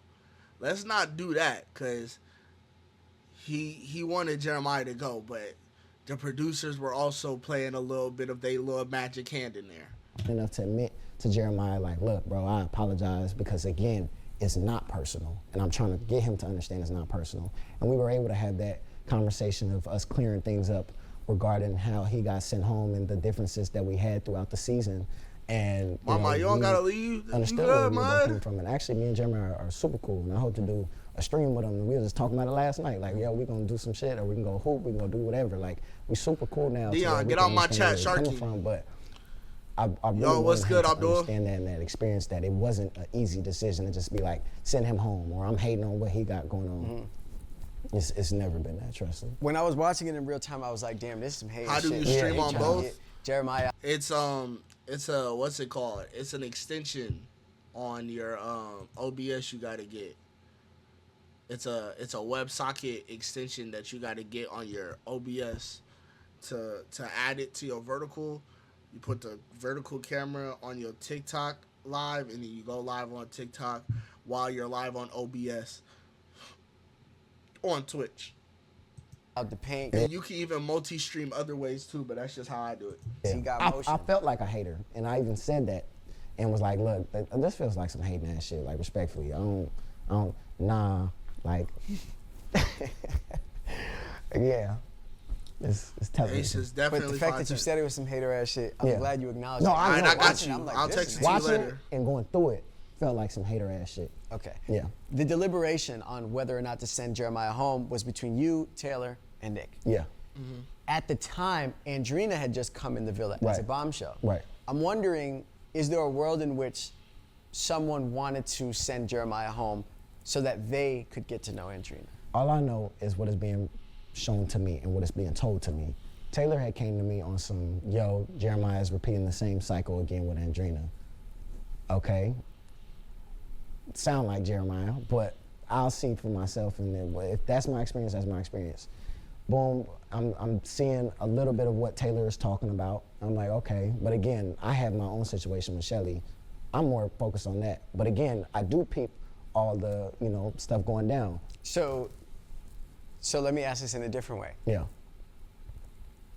Did Taylor want to get to know Andrina? Yeah, for sure, overly. Do you feel like he was maybe Overly is incentivized? crazy. Hey, overly is wild as shit. Nigga said, oh, for sure. Overly. Oh, shit. Vote to send Jeremiah home to get him out the paint. That way he could focus and lock in on Andrina. Why is Speedy being messy? Speedy, you so messy, man. Why you being messy? I know he definitely really wanted to get to know Andrina. I'll just leave it at that. Oh, wow. What was your experience with Andrina? My experience with Andrina, you know, the first thing that she had mentioned to me off the first introduction of, you know, she had came down the stairs for the Meg Thee Stallion challenge and gave me a hug. And the first thing she said was, well, I know you don't want to be touched, because, you know, she had already, you know, watched the whole interaction of Amaya. And for me, it sucks, because it was putting me at a disadvantage to get to know different women amongst the house. And when she had made that comment, I was already off of it right then and there. And I know she still wanted to get to know me as well. You know, she had made me smoothies in the kitchen and shit like that. I was like, yo, we gotta chop it up, we gotta get to know each other. But again, I already had Shelly at the end of the day. So, and I had made that clear at the fire pit that all I wanted was to talk to was Shelly. So coming out this whole experience and to see that, you know, she was participating in comments of Ace was jealous of what me and Jeremiah had, and he wanted to send us home or send me home, or he wanted to send Jeremiah home, and he was jealous of what we had, and, you know, they were haters, quote unquote, but respectfully, I wasn't all the way invested into what you were bringing. And don't get me wrong, she's a gorgeous woman, she's super cool, but that wasn't for me. One thing I found interesting was during your time in the villa, it seemed like you had. Oh no, I feel like he might be using that influencers as a cop-out. You know what I'm saying? Kind of like to protect himself. Like, yeah, it was me too, but I also had some influencers on my back, so you can't really be too much mad at me. Nah, not in this one, gang, because you definitely wanted to send Jeremiah home. Now, it's a little bit of tea to hear that was Taylor plotting on Andrina, and that's why he wanted to get Jeremiah gone. That would be very interesting. But the thing is, I never saw in the show Taylor tried to talk to Andrina, so like, I don't know if that just those parts got cut out or anything like that, but yeah, that is very interesting and tea to me. Now, as for him saying not a hater, at first I was Ace's hating on them type shit, and I still kind of think that he was. I think that he was kind of mad that, you know what I'm saying? Nah, production definitely fucked up a lot of shit this season, for sure, right? I don't think that he's acting like a villain now. I think he's staying true to how he's always acted. He always kept it real in the sense of how he felt. He called it how he felt it looked. And so, quote unquote, he called it how he saw it. But how he seen it, the lens that he was looking through wasn't always the truth, and just isn't this clear lens just because, oh, Ace saw it, so that's how it has to go. And I think that's where, like, that's why he has that ringleader title, even though I'm not going to put that all on him, because there are other grown men at the end of the day. If they choose to follow him, that's not all on Ace. But when you acting like you run a show, then yeah, nah, he hasn't talked about him yet. Had strong bonds and strong friendships and strong relationships. Yeah. And now it seems to me like amongst the other Islanders, people are quick to defend their friends when shit is not actually like, wait a second, that's my man's or that's my homegirl, and that's not really how it happened. Oh, let's get into it. Do you feel that, or is maybe what I'm seeing not accurate? I feel like throughout my time in the villa, I had catered to a lot of people's, you know, relationships. They would come to me. It wasn't a matter of me going out my way. And sometimes I would go out my way to check on people, but it was always a thing of making sure people are seeing both sides of the situation. Even when they're right, I say, look, you're right. You wrong, you wrong. Like, and that was my whole thing of making sure I'm helping out everybody throughout this experience. Because again, first thing coming into the villa, I wasn't worried about the friendships and all that. I was worried about finding love. But you do develop friendships throughout that entire time. It's natural. Exactly. So we're gonna be on the house together for 6 weeks. You're bound to, you know, be friends with some people at some point. So being that's the case, we had all developed a really, really close friendship. And coming out the villa, people see narratives get spent and want to protect their own brand image, which is crazy because I know a lot of things about certain people post-Villa, during Villa, before Villa. You would think you would, have my back about certain shit. But because if shit hit the fan, man, your shit finna hit the fan. But I'm not that type of person to be like, I'm about to go air out everybody's shit just to protect my own ass. But it is what it is. But you have felt that though, that yes. like people haven't had your back in the For way sure. that other Islanders have had. For sure. And to me, bro, again, even if I look crazy, knowing that person's narrative got spent wild on the show, I'm gonna stand their character. You know what I mean? Like if I met this person, I was able to get to know them, and they said they did this. Look, someone asked me a question, they did this and they did this. That's from my perspective though. I would expect more people to be like that in this world, but unfortunately that's not the case because again, clout comes into play. You wanna protect everything that you got. Again, I had all that shit. So that's not my main focus. I'm gonna speak on what's real. What's real? Yeah. It is what it is, so. What were your thoughts on Nicolandria and Nick getting dumped and then being brought back as a couple? Speak your truth, King. This is let's get it's messy. Funny because I know Nick, had found Nicolandria attractive day one, and when Nick got axed from the Villa, and to see that Nicolandria got axed from the Villa and they be coupled up again, my experience with that was they thought each other were attractive, but it was never going to be more than just friends right then and there, and they were just. It was just gonna be cool, and just as time goes on, Sierra gets, dragged out the Villa. Now it's a thing where I'm feeling like I have to be catering to know what's going on between Nick and Nicolandria. What's going on between Nick and Nicolandria? It's part of, the Love Island, experience. But my last conversation with Nick before I left was, he finds her attractive, she finds him attractive, but they haven't found a romantic spark. And that was my conversation with him throughout this entire experience. He was saying that it was nothing more than a physical attraction, it was just not at that romantic spark level. So, how do we feel about that, chat? How do we feel about that? All the Nicolandrian studs in here, y'all just heard it from somebody who's close to the people themselves. I don't think he's weird because I know some people are saying, you're weird, why would you come out and say that? They're supposed to be your friends. Why is he speaking on his friends? How rude. He's not even friends with Nick no more. As you can tell, he was just insinuating that people he was close with found out information with while he was in the Villa with them, and now he got out the Villa, they moved. He don't even care about Nick that much. He's only cool with Nicolandria. And how is that a bad thing? Did you hear him say I think Nicolandria might already know, considering she was willing to build a romantic spark with Taylor. But he said he loved Ola. Okay, the nigga also said he wanted to close things off with Sierra, then go date her best friend.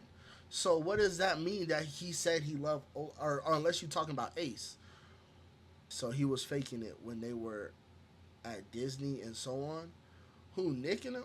Bro, y'all gotta understand, these relationships that y'all are coupling and they're getting out the Villa, continue playing, that's just putting money in their pockets. Thank you, Duke. Now I agree. It's weird. Nick is very lustful in my opinion. Facts. They weren't best friends, but they were friends. They referred to each other as good friends many times. Nobody's just going to pull that out their ass, that narrative that Sierra and Nicolandria weren't friends, and they was. Like, so then Shelly and Ace, that could be a potential one. But the thing is, they've been kind of on each other's bumper throughout the whole show.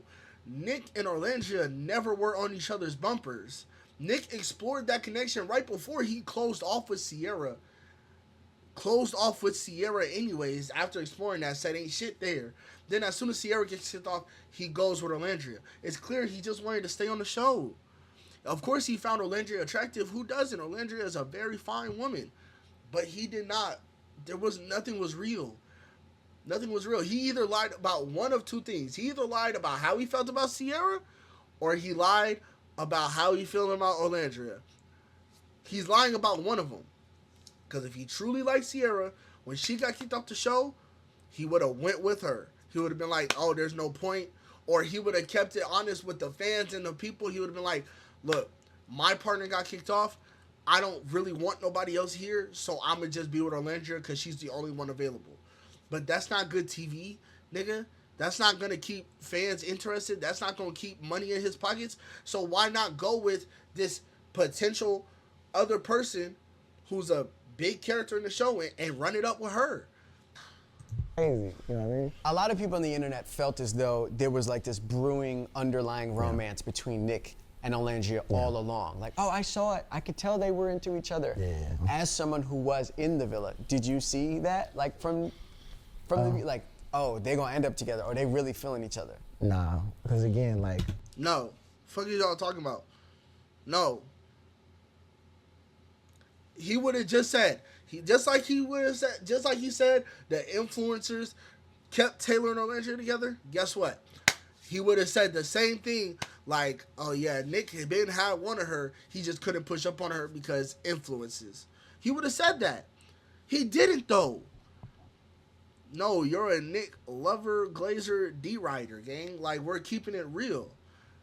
He just said in 4K, there was never no interest. It was an attraction, okay? He thought she was attractive, but it wasn't no brewing love story. While Nick was with Sierra and Nicolandria was Taylor, they was just staring at each other over a cup of smoothies, like winking at each other from a distance. No, it was none of that. It's just cap.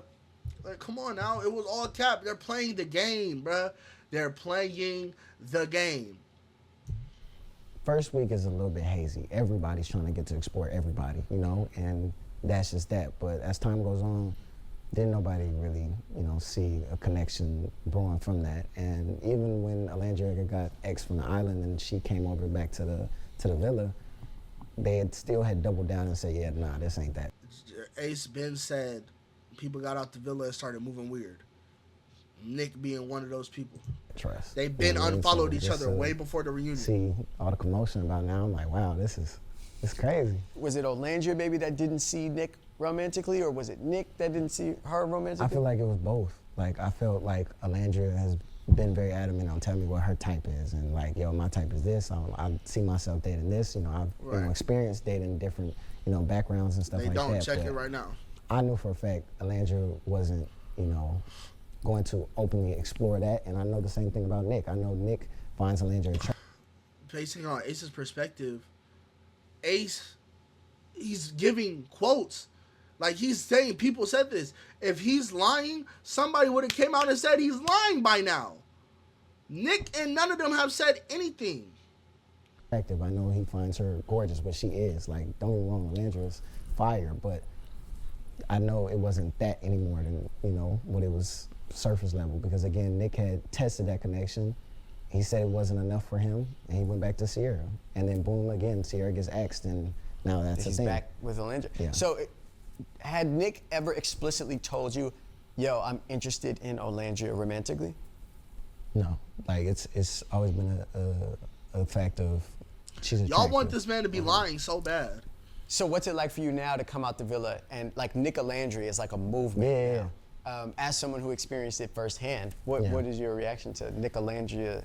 For me, reacting to the whole Nicolandria thing, I was really happy for Nicolandria. If Ace, what do you mean? He's just keeping it real. He's in an interview right now. Were you wanting to lie? Did Nicolandria say, oh yeah, me and Nick are romantically together? Nicolandria didn't even say that her damn self. What do you mean I'm not them? This is somebody who's close to them. If they are lying, if he is lying, then why have they not spoke out yet? This interview has been up for... Like... What the fuck? This interview has been out for 16 hours. Why has nobody spoke out saying he's cat? Literally. Taylor is Nick's friend, and he was on live watching and reacting to this, and he said the same thing. Y'all can't just call everybody a hater because your delusional couple that you thought was so real wasn't. She had been dealt bad. They're booked and busy. They're not booked and busy nothing. They were just on the reunion, and they haven't done nothing since they got back. What are you talking about? Like, you don't know these people. Like, what? No. Throughout that whole entire experience, and just to see her coming out and getting What do you mean bring that negative attention now? He's in an interview. He's speaking the way everybody else has been speaking. You know, a sense of happiness. Y'all just mad because it's y'all favorite couple being torn down, gang. I asked you how you felt about Nicolandria, and you say you're happy for Alandria. What about Nick? Yeah, I'm happy for Nick too. See, it's clear he don't fuck with Nick. It's clear. Bro, I don't know. Hey, Laura the Explorer, yo, I don't know what tea you've been sipping, but it's been the wrong tea. You think you've been sipping green tea, whole time it's peppermint. I don't know what you've been sipping on, where you been at, gang, but it ain't that. It ain't that. I'm sorry to tell you, you've been sipping the wrong tea. Okay, go back to the store, get you some. What? I'm happy for both of them. It's just, Yo, Angelina, thank you for the follow. Again, we developed a really close bond in there as well. He don't like Nick. It's not that I don't have anything personally against these people because I don't know these people at the end of the day. This is just a show. I'm just giving my 2 cents in on the conversation just like y'all is. And yeah, but do I think Nick was genuine? No. And he showed that when Sierra left and he started trying to get on Orlandria. When you close off with somebody but then jump on her friend as soon as she leave, it shows that you're not genuine. You're in this for the money. You were either not genuine to Sierra or you're not genuine to Orlandria right now. It's one of the two. Let's talk about the heart rate challenge. Yeah, let's do it. The heart rate challenge was a moment that rocked the internet. Yeah. It seemed as though we at home did not see the entirety of what happened between you and Huda. It's gonna get messy, chat. There was kissing involved, there was a lap dance involved, there's some capacity, and that's all we saw. And then in the reunion, they showed an extended clip and said, hey, this is what actually happened. Yeah. Based on what was shown in the reunion, was that exactly what transpired? Yes and no. Like, I feel like the clip was sped up a little bit more than what it was made out to be because, again, everybody was looking around for about a good, like, maybe 5, 6, 7 seconds, like, what the hell is going on right now? And don't get me wrong, too, it's, everybody's like, one thing I seen amongst everybody was, why isn't Shelly holding Ace accountable for wilding out in that challenge? I was going to ask you that. Yeah. Did you feel any, or do you feel any responsibility in that to take accountability for your actions in it? Yes and no. Like, for sure, amongst that whole entire process, throughout the whole entire season, we have been preaching it's a challenge, it's a challenge, it's a challenge.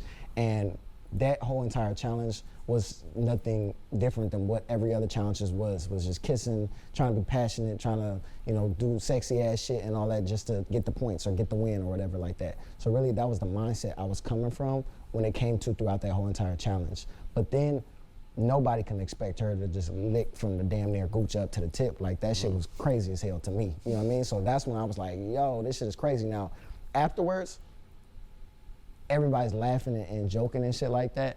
And I'm looking at her and I know she's pissed and that's where I'm like, oh, damn, like.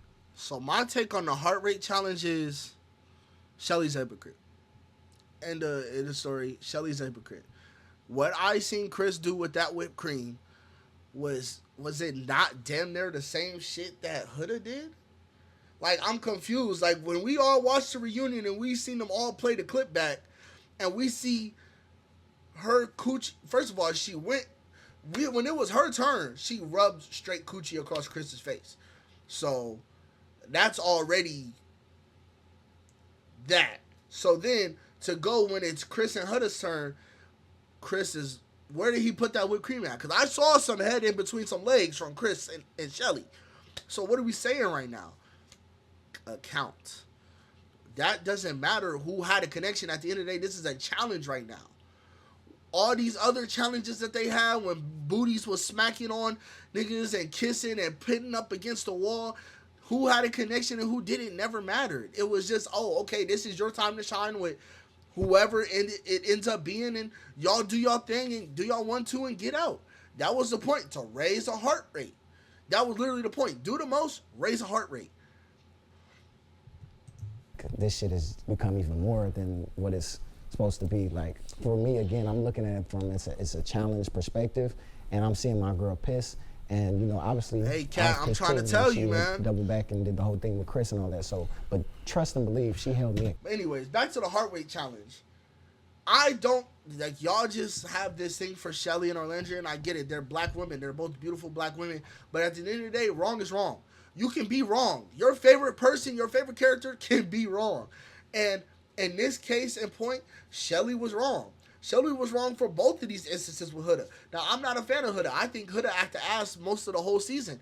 But that whole Shelly was just wrong in this situation. Huda, Chris was over there popping his shit. When it was Shelly's turn, she put her leg up and rubbed clitoris all across this nigga's face, all across Chris's face. So what are we even saying right now? What are we saying right now? How is Ace and Huda any more wrong than what Shelly had going on with Chris? He's not. She's a hypocrite. She got mad because her man was happy that Huda was bouncing that ass in her face and licking, doing all them midnight ballerina moves on him. She was feeling the way about it. She couldn't take the heat.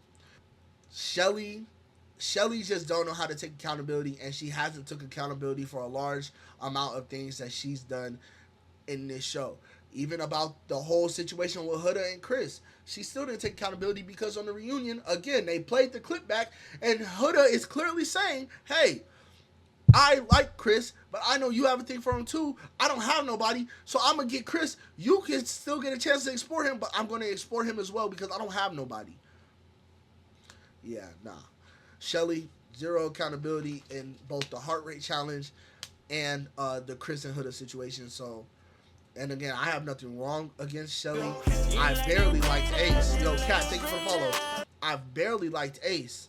You feel me? I really didn't like how he did Jeremiah. So all y'all saying that I'm an Ace supporter and D-writer, Ace has never been my favorite person on Love Island, ever. So, yeah. But Huda is still wrong for the multitudes of other horrible, dumb stuff she was doing throughout the show. Why do I like Taylor? Because Taylor, I feel like he's a fun, goofy individual, and he reminds me of me. Now, what he did to Orlandria, I don't think it was as crazy as y'all were making it seem. I think people just dragged it because because Orlandria is a really liked person, because Nick did the same thing with Sierra. And look at him, because he's with Orlandria, nobody's putting his head on the stake. But we're not gonna get into that.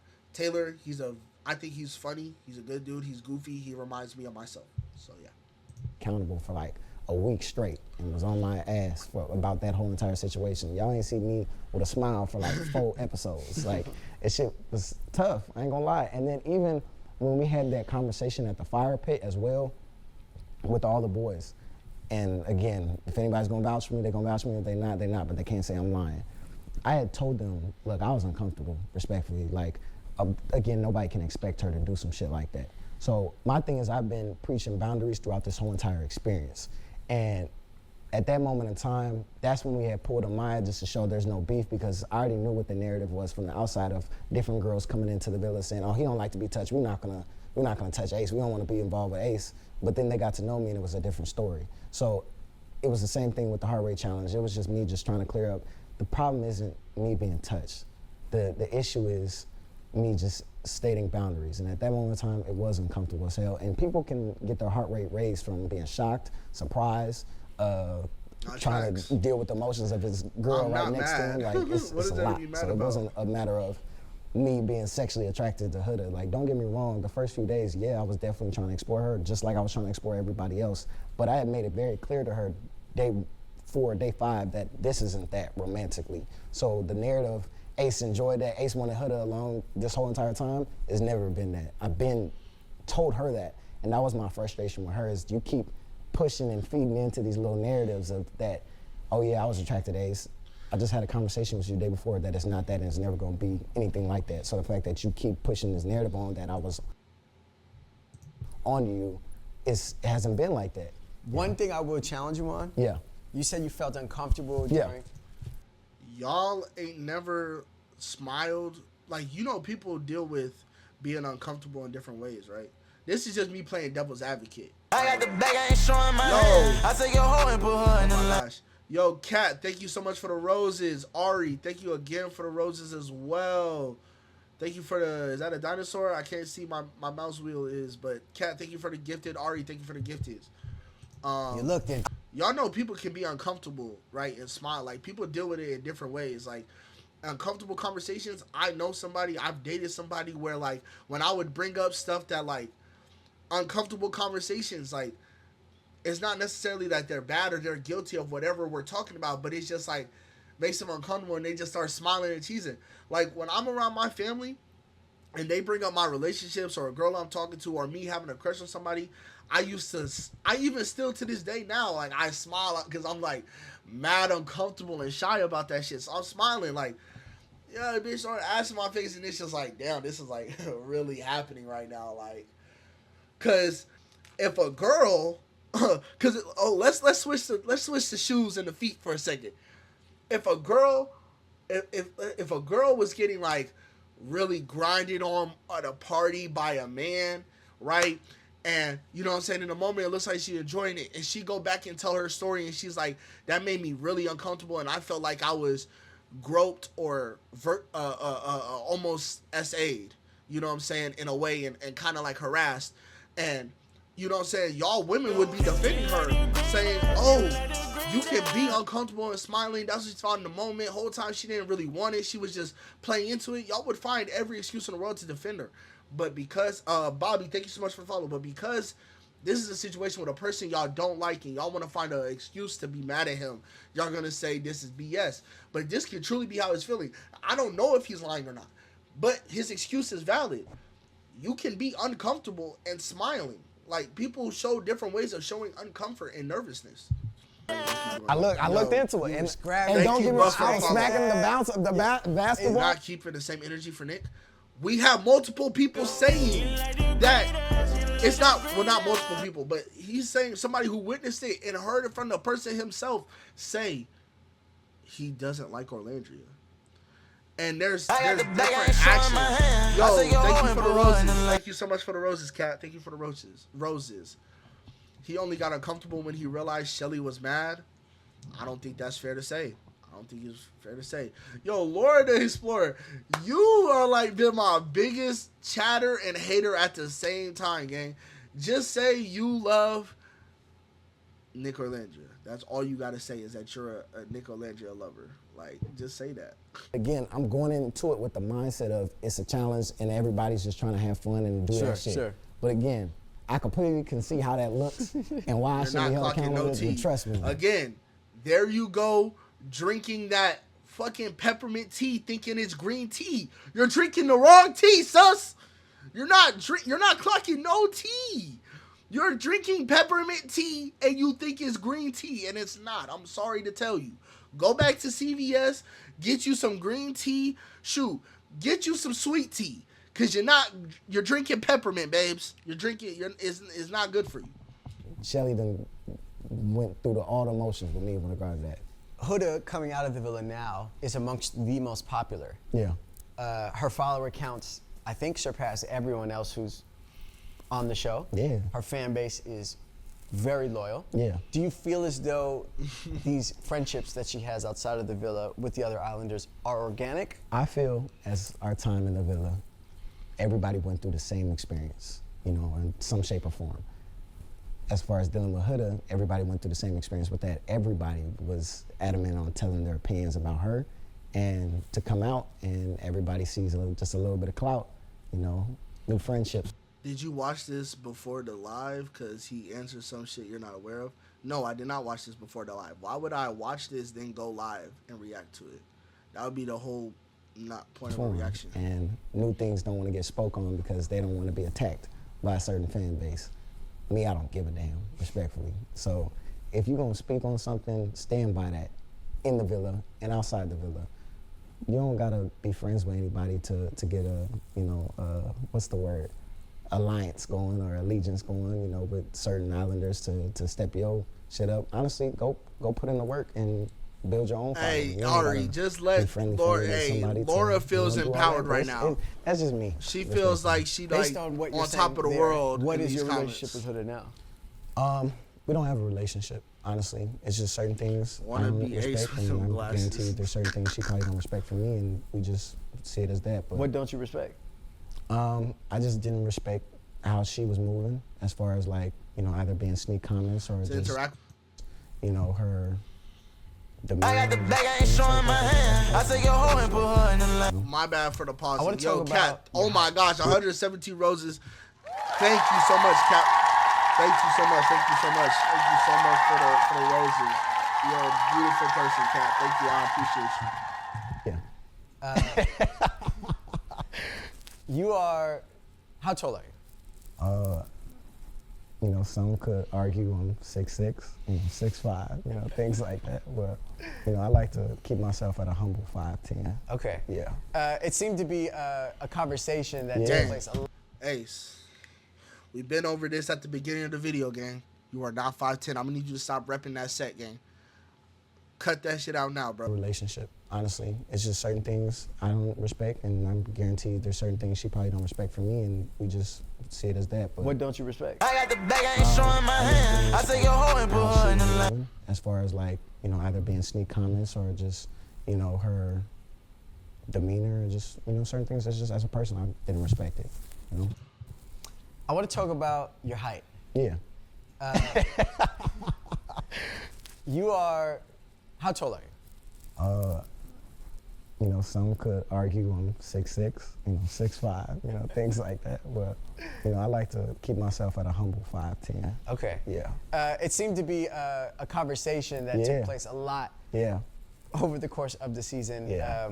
It was like discourse. I even saw videos of people trying to calculate your height. Yeah. I don't know if you saw this. They were Yeah. like, he took a picture on this train platform and based off the measurements of this and this and this Yeah. and this. What was it like coming out and seeing the reaction to I will say your height? my favorite memes are like the little man memes. When they like- shrink you? Yeah, oh my gosh, that shit is comedy. And then I seen one picture, oh my gosh, they had me at the villa and my feet wasn't even touching the floor. Like, No, I will say there was a time when you guys sat on a couch, right? Right. And I think this part of the couch was so long that it looked like your feet were like this. Right, yeah. And they weren't touching the floor. When people- And on that couch, that's when you Yeah. actually looked short. and what people don't understand, there's some giant ass furniture. Nah, bro, but like, when I see all the memes, I be dying laughing with them. And I save some and I send them to the homies and shit like that again. Like, my favorite meme is like the one with my feet just hanging off the couch. Just like, dangling. Yeah. That shit is hilarious. Right, Oh, just that is dangling crazy. and, you know, like, That's crazy.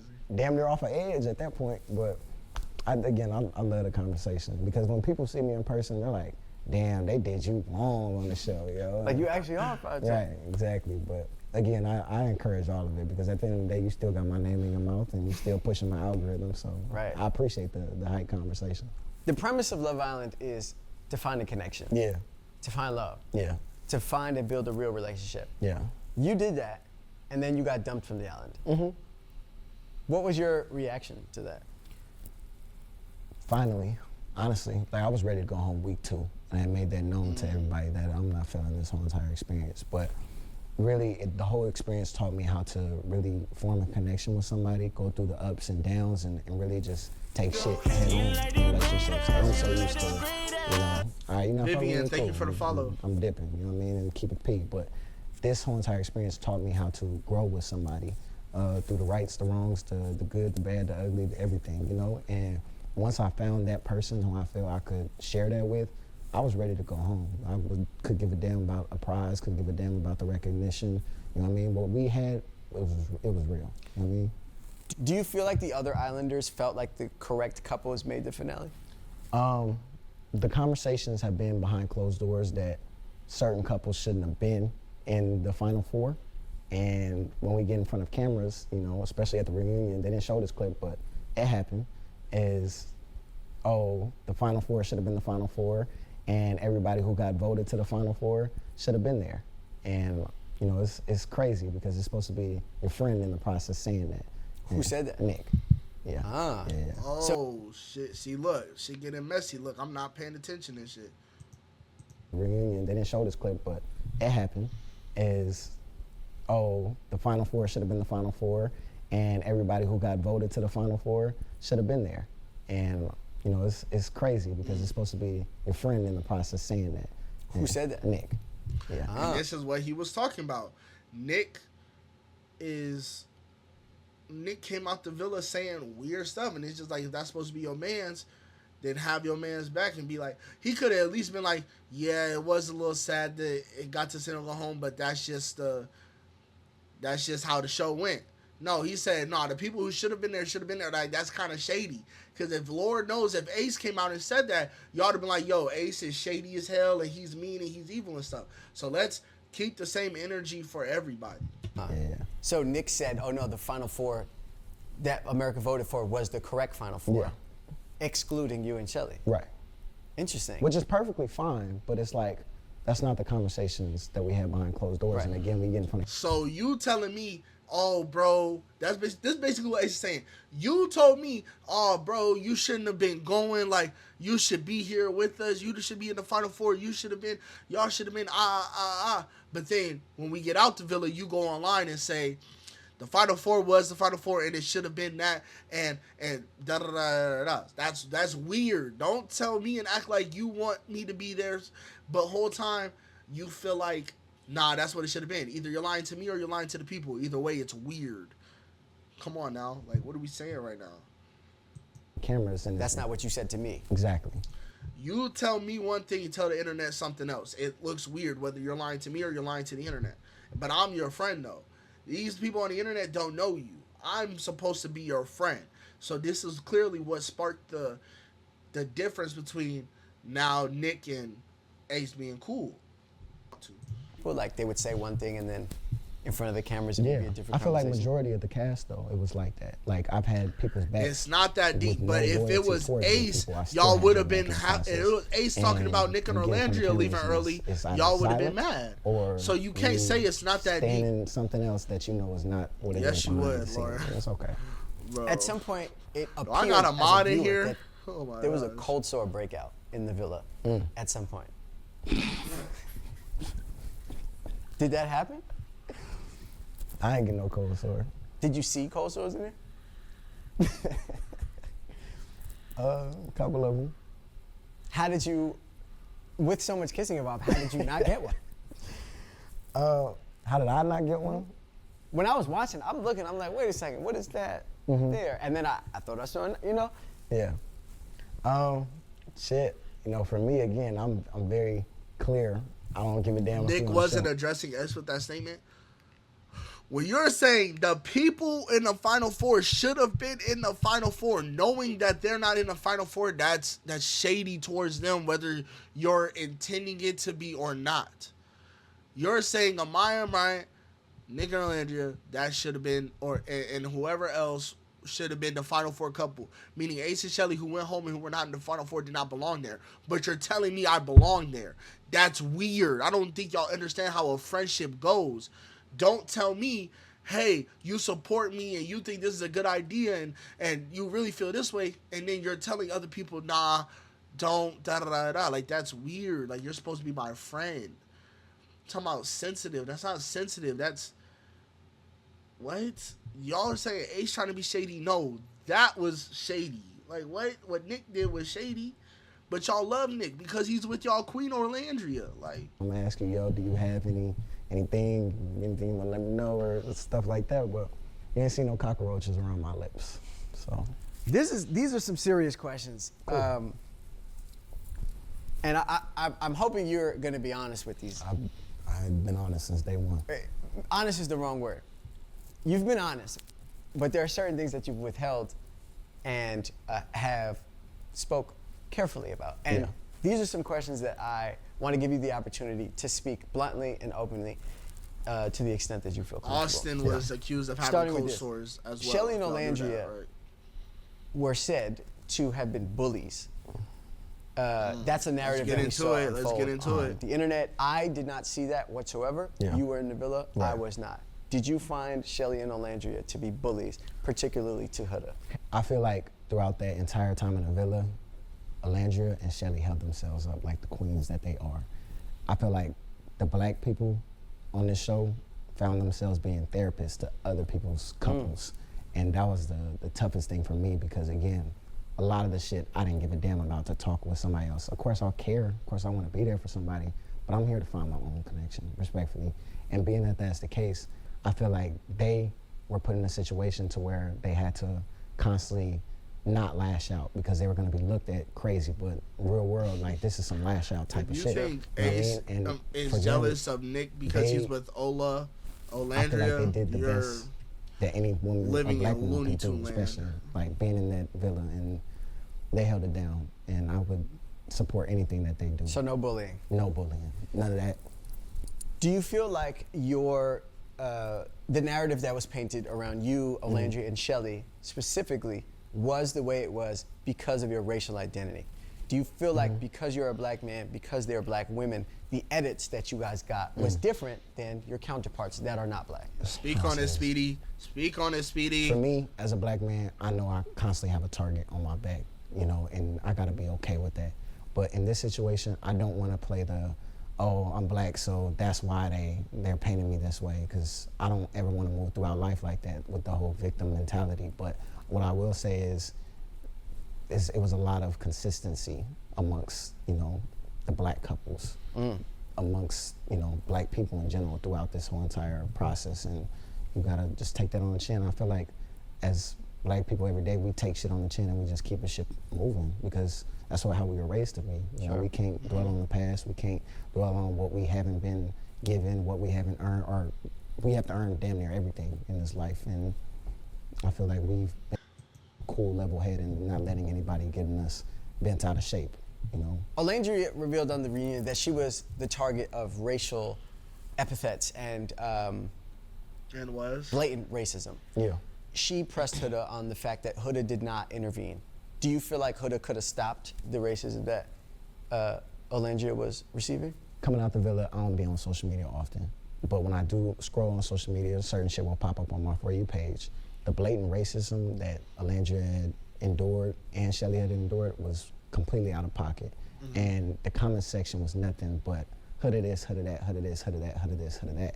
And I feel like that with the shit I've seen, Huda has made it a point to stand on business. I remember she had went on a stream. It popped up on my For You page. She went on a stream and she was misinterpreted about kicking some people out of the room. She made a post immediately that wasn't the case to clear her name.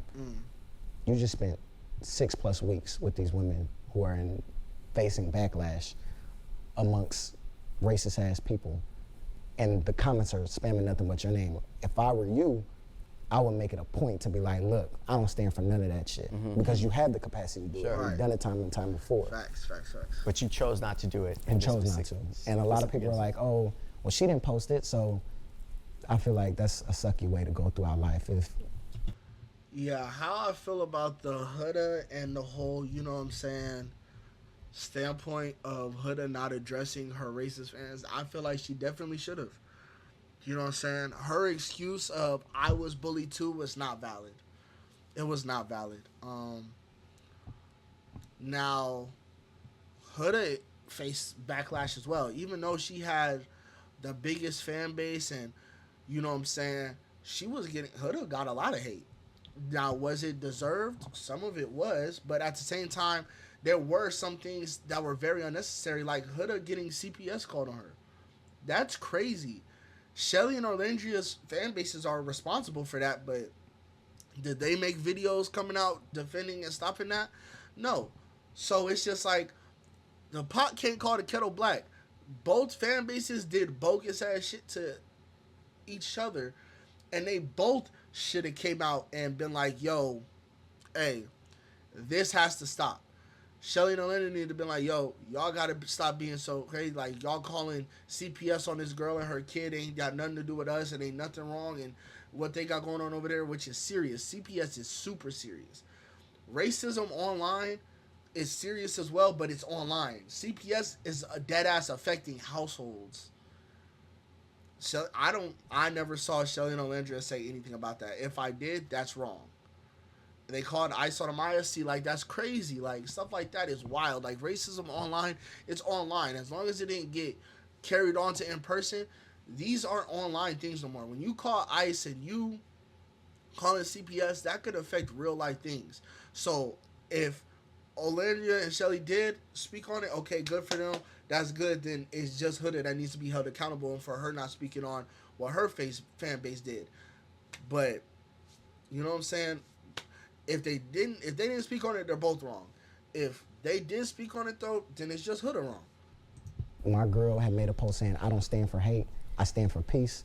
And same thing with Nicolandria. I feel like the least Hood'a could have done was that. She didn't do that.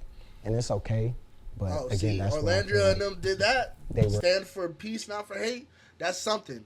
Hood'a didn't do nothing. So. right to separate themselves from Hood'a and that friendship and just let it be what it is from a distance. Offices were called. CPS offices were called.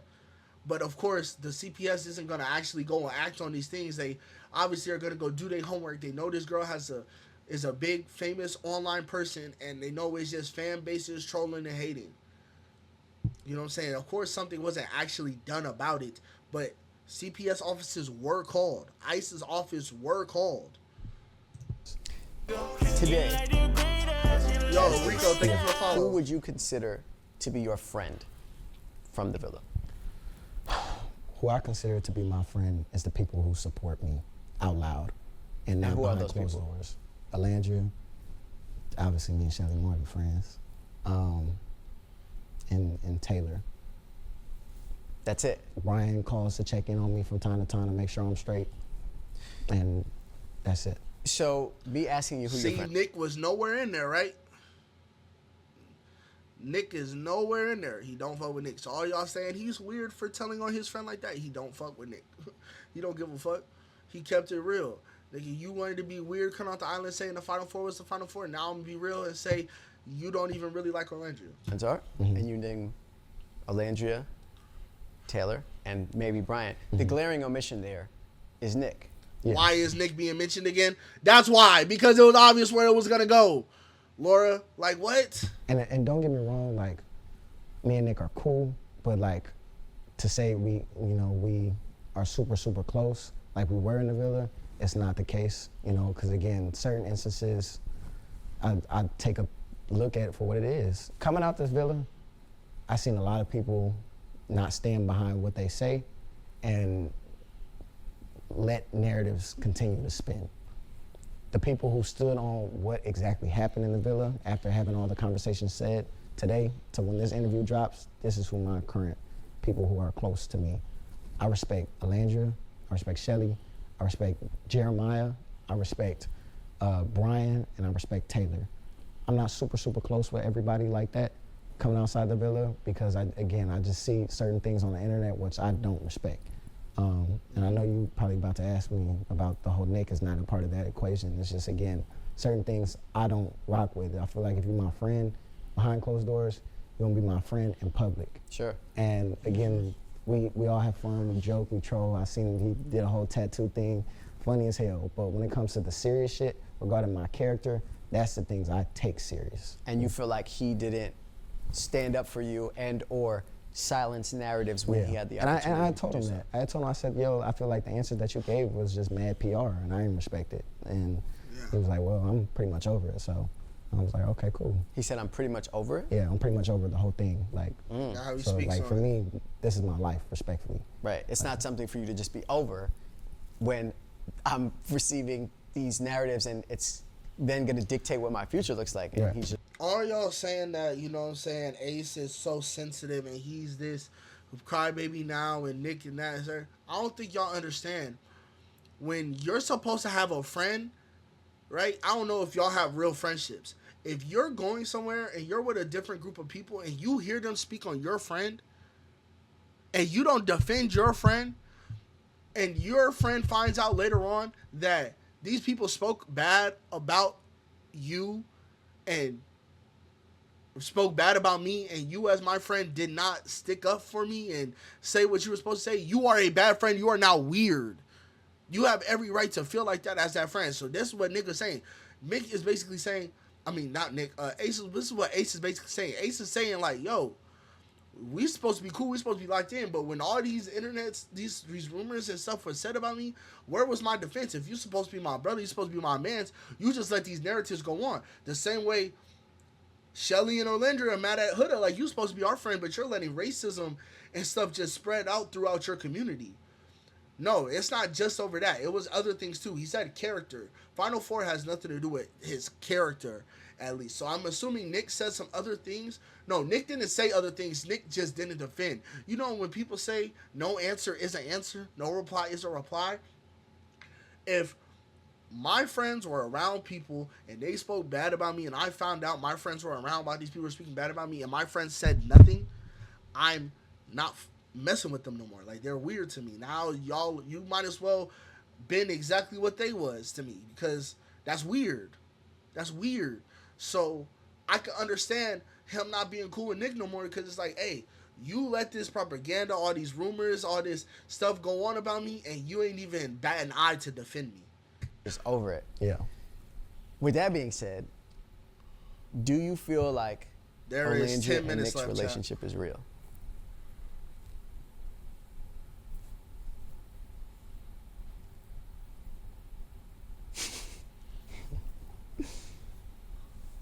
Is this you thinking, or is this your answer?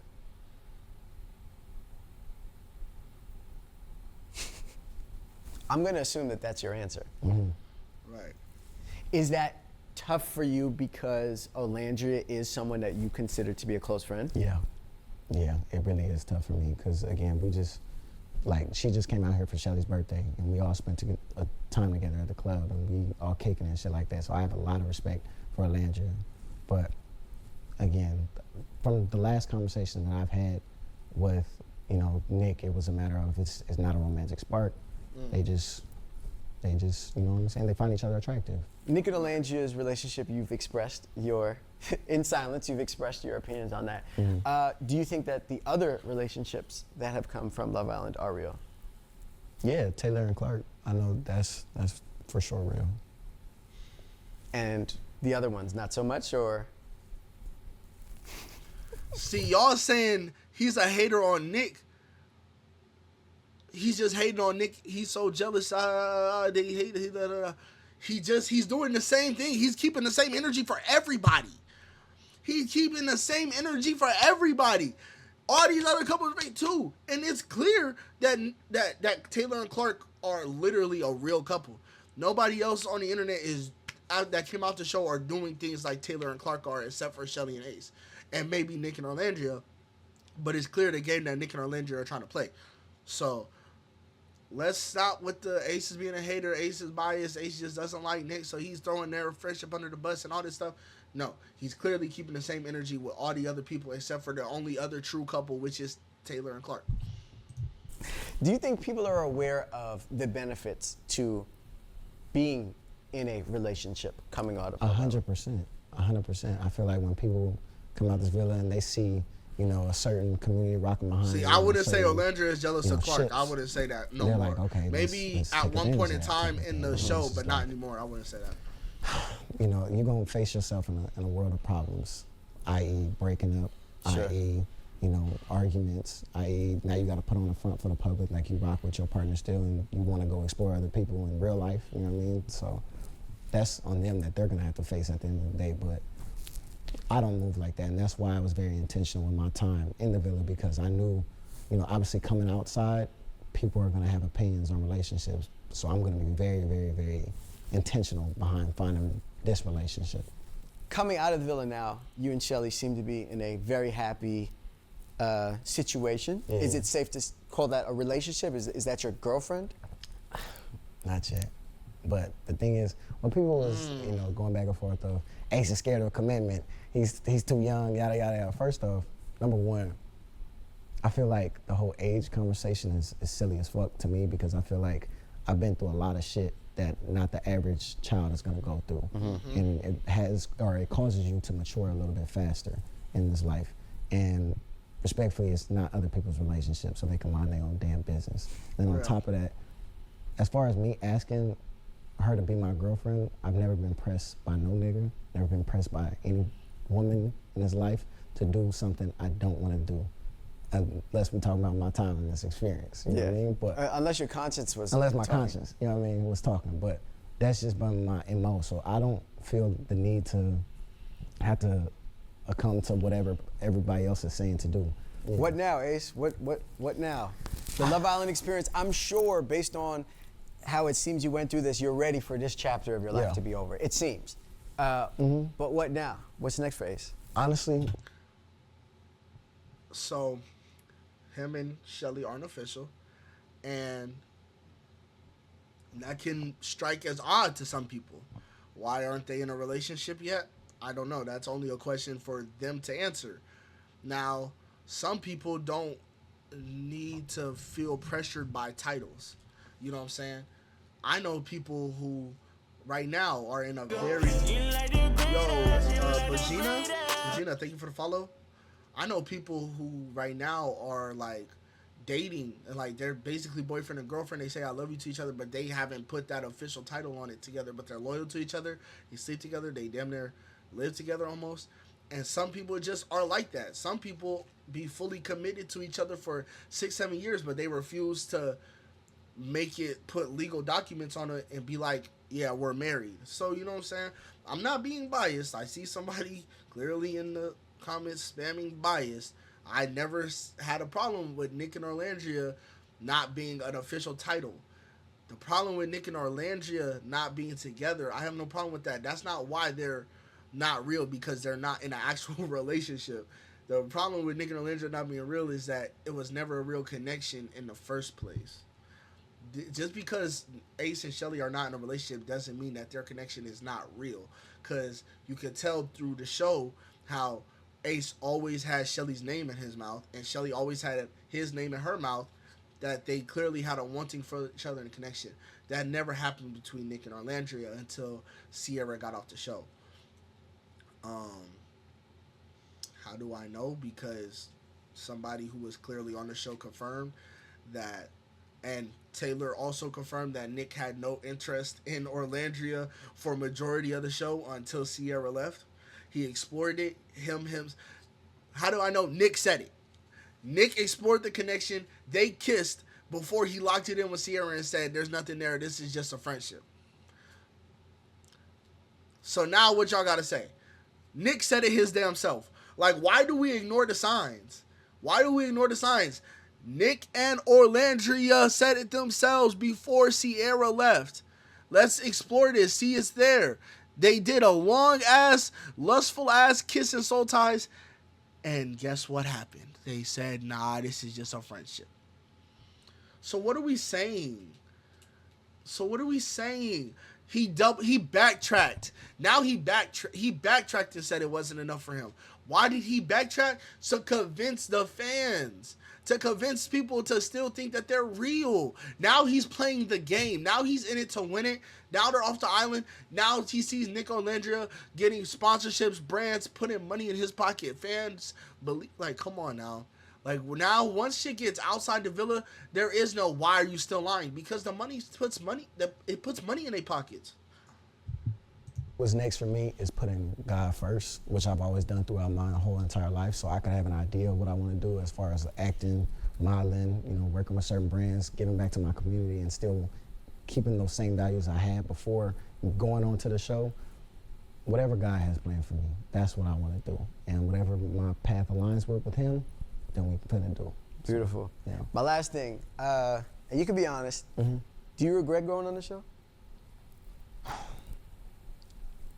Boy, you don't regret. I wish you would lie and say you regret going on the show. Come on now. Not only did you meet the girl that you are, whatever y'all are, right? You made money, you got your brand up. Like, you were a known person before, but you're now even more known. Let's not lie. You know what I'm saying? This is going to tell me a lie if he lies right now and says he regrets going on the show. I don't regret my experience with Shelly. That's what I don't regret. That's a good answer. Learning how to date someone outside of social media, ups and downs, things like that. I don't regret that portion of it. Okay. Everything else, 1,000%. Is it, why? Because for me, I wanted to go into this experience of, again, for me, throughout this whole entire experience, I didn't look at this as some type of show to go on. I look at this as a dating experience. And sometimes you forget. I believe that's cap. Fiji, it's a show.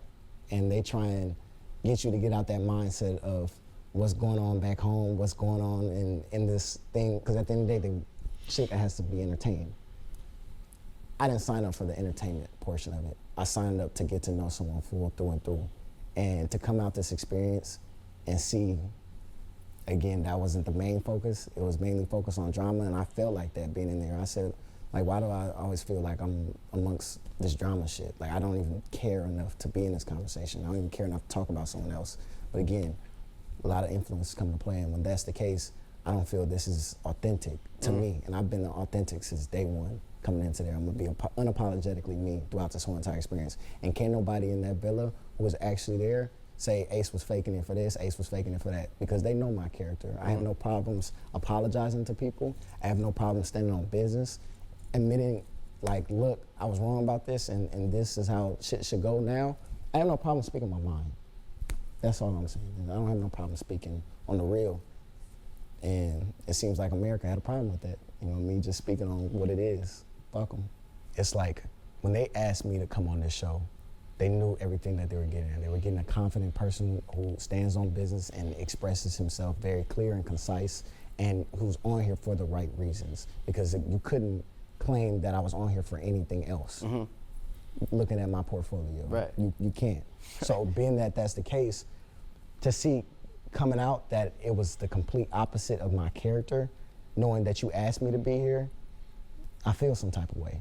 You know, especially when, you know, I'm the one helping with the chats. I'm the one getting everybody excited for challenges. I'm the one ringleading around this. You know what I mean? Like, that hurts. And I'm facing a little bit of, you know, anxiety every single day, trying to make sure my family is straight. Damn about me, making sure they're straight.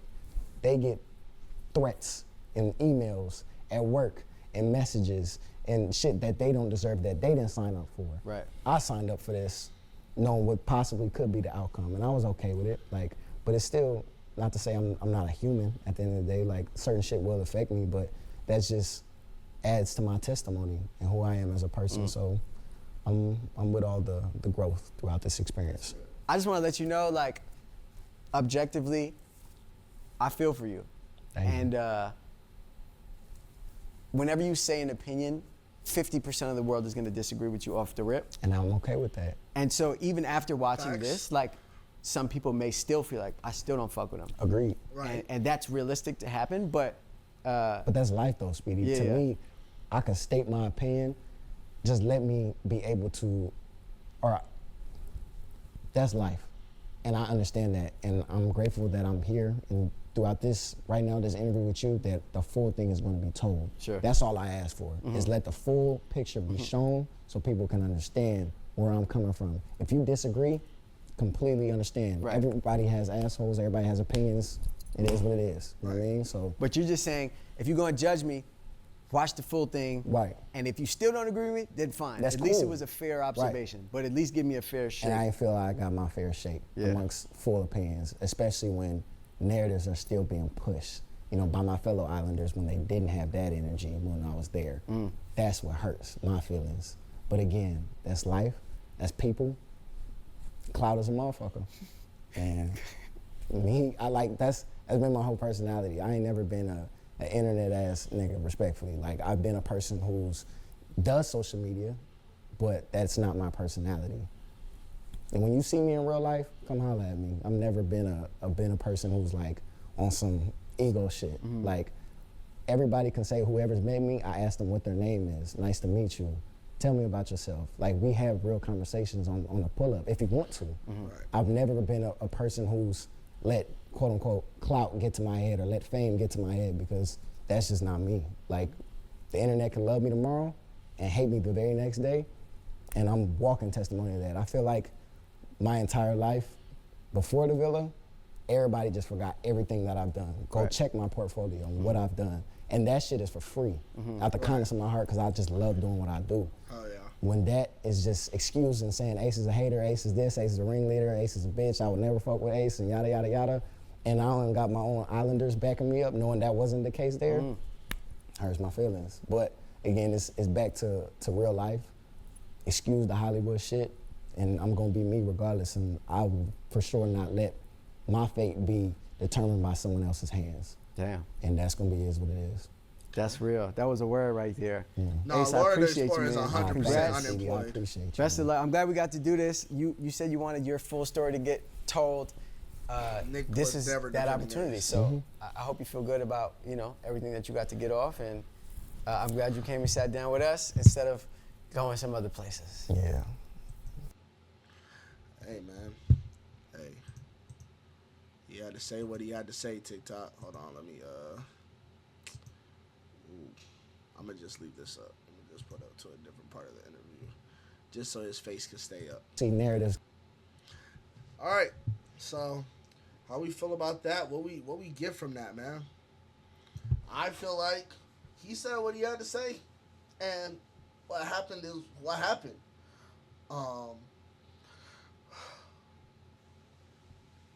He said bullshit. We know you I'm not even gonna address you no more. I dead my. Hey, anybody who wants Lord of the Explorer muted, please say aye.